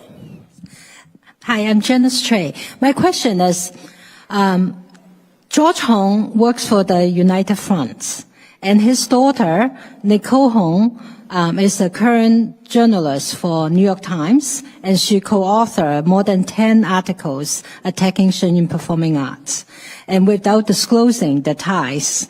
And not only the ties with her father, but also the ties of the subject that she reported that have a direct link to the Beijing Dance Academy. And then when Nicole Hong was at Wall Street Journal, she co-authored about 10 articles that lead to, Trump's the hush money and then eventually litigation. So I would like to hear from you, how could we go a step further to unmask, the infiltration of United Front activities on American soil, which may be directly or indirectly, and maybe in multiple forms, from legal affairs to using media as a lawfare? Nick, you want to take that? Oh, there are many dimensions to what you're suggesting. And take, for example, the physical attacks that we've seen against Falun Gong and slashing tires and, threats, phone call threats. In U.S. definitions, that's terrorism, right? Treat it like it's terrorism for a start. So make it known that you're treating it like terrorism. The first time you arrest someone for, slashing tires or for threatening people and they were threatening to put a bomb, first time you arrest them for terroristic threats, that's going to send a message. Lots of people are going to go, I'm not picking up that phone. I don't care what Beijing wants. I'm not picking up that phone. So again, some of this, and I love to get this woven into cohesive strategy, but some of this is on the part of the government caring enough to, and, the victims working with the government closely enough, right, to be able to provide the data so that we can move this to getting arrests. So it's a little bit of coordination that has to come on both sides, and then the U.S. government has to push for that type of, for those things. And it really, I think it'll just take the first few cases before you start to impact. You have a dramatically different impact on the people willing to do that sort of thing. All right. I have a question for Dr. Liu. This is a piece of news I just recently read, and this influencer appears on Instagram a lot. It's a Chinese influencer named Potato. And she's this girl that does, very relaxed comedy, social media content. But in Taiwan, it's getting a lot of young people to, buy into her stuff. She's not political at all. So I see that in Taiwan, it seems like there's a lot of these seemingly benign influencers coming from mainland China, but it's actually very attractive to the Taiwanese young people. Have you seen anything like, what is the push behind that, or what is the campaign behind it from mainland China? Okay, so I would say that it's the strategy that CCP is using, like KOL with daily contents, like in the beginning they are just talking about the entertainment or the beauty or the travel, but at some key points they will start to talk about some political message. And same thing happened in our research in the temples. So in the beginning, they are just like a pure religion exchange. But when they exchange more opinions, the more political message is infiltrated into their daily conversation. So they are very old strategy, but still useful. So we need to raise people's awareness that, okay, those are not neutral contents. And if we can find more evidence to prove that there are some financial ties and they are sponsored by CCP, then I think they can build people's resistance to those content. Just to follow up, what would be your suggestion for the American lawmakers or members in the government? Because here, people are very resistant to government-funded stuff, right? If you say this came from the official government, to label something as something, then makes people think that this is clearly, it's political, it's one-sided. But it seems in Taiwan that, there are things, especially government responses to disinformation, it's accepted by the general public as authoritative. What would be your suggestion for something that could apply to campaigns happening on U.S. soil? I would say that although I'm the Hope Society Resilience Committee member, I don't represent the government. I represent the civil society. So I told my students to create more interesting contents to replace those negative contents. And so it should be initiated by civil society and to tell our own narratives. So CCP is using whole of society approach to destroy our democracy, but democratic society is also using whole of society approach to defend ourselves. But our whole of society approach is based on individual. the starting point is individual rights, individual interests. I would say that. So the YouTube has a very good policy. So if they found the channel is sponsored by government, it will put a sign, a signal. And so usually you can see some channels say, okay, it is sponsored by CCP. I think that's very good. Yeah. I have a joint question for Cheryl and Nick. So we know, I believe for a while now that we know of these United Front organizations, even possibly other CCP-linked affiliated organizations. What's been the response from governments, agencies like the FBI are they building these cases for some sort of a long-term, catch them all at once kind of thing, or is there not anything going on to resolve that in that space? No, I think we've talked to, from my understanding, I think there are people within the FBI that are tracking the cases and that have been have really good understanding of the CCP's United Front's work. But at the same time, because of the things like what I mentioned, the things that they do, the relationship building activities, all the way until they really activate the individual or the network to say do espionage or to do some type of illicit technology transfer, they won't be able to charge them. And that is currently a big issue based on the law. So that's my current understanding. Yeah, I mean, the FBI is just not that organized.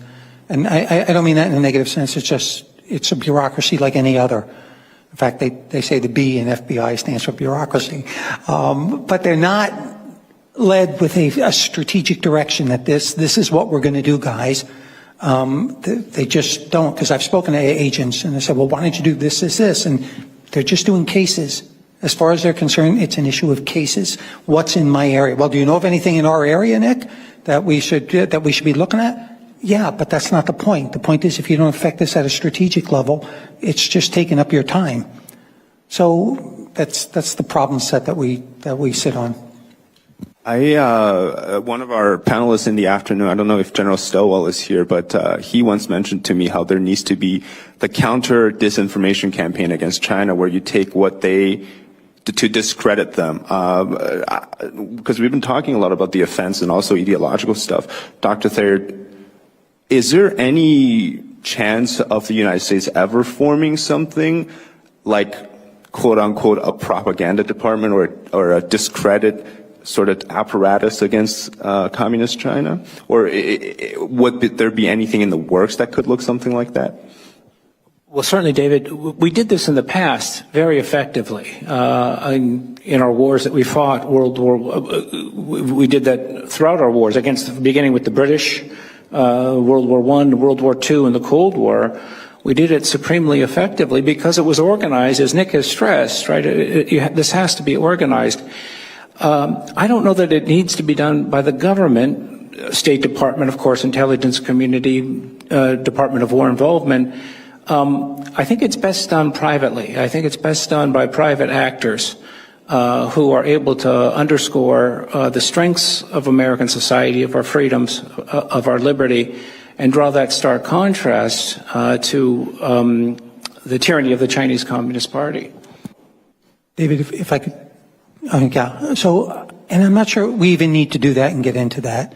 That intelligence community report that's supposed to talk about Xi Jinping's finances, it wasn't very in-depth last time. If they make it extraordinarily in-depth, you know what? Have the embassy deliver it to Xi Jinping and say, you put out one more piece of propaganda and we release this publicly, period. And do that with all the members of the Politburo. That's all you have to do. And, get them to stop. Hold what they hold dearly, hold that at risk. Thank you very much for our panelists today for their amazing insight into this topic, and thank you guys for listening in.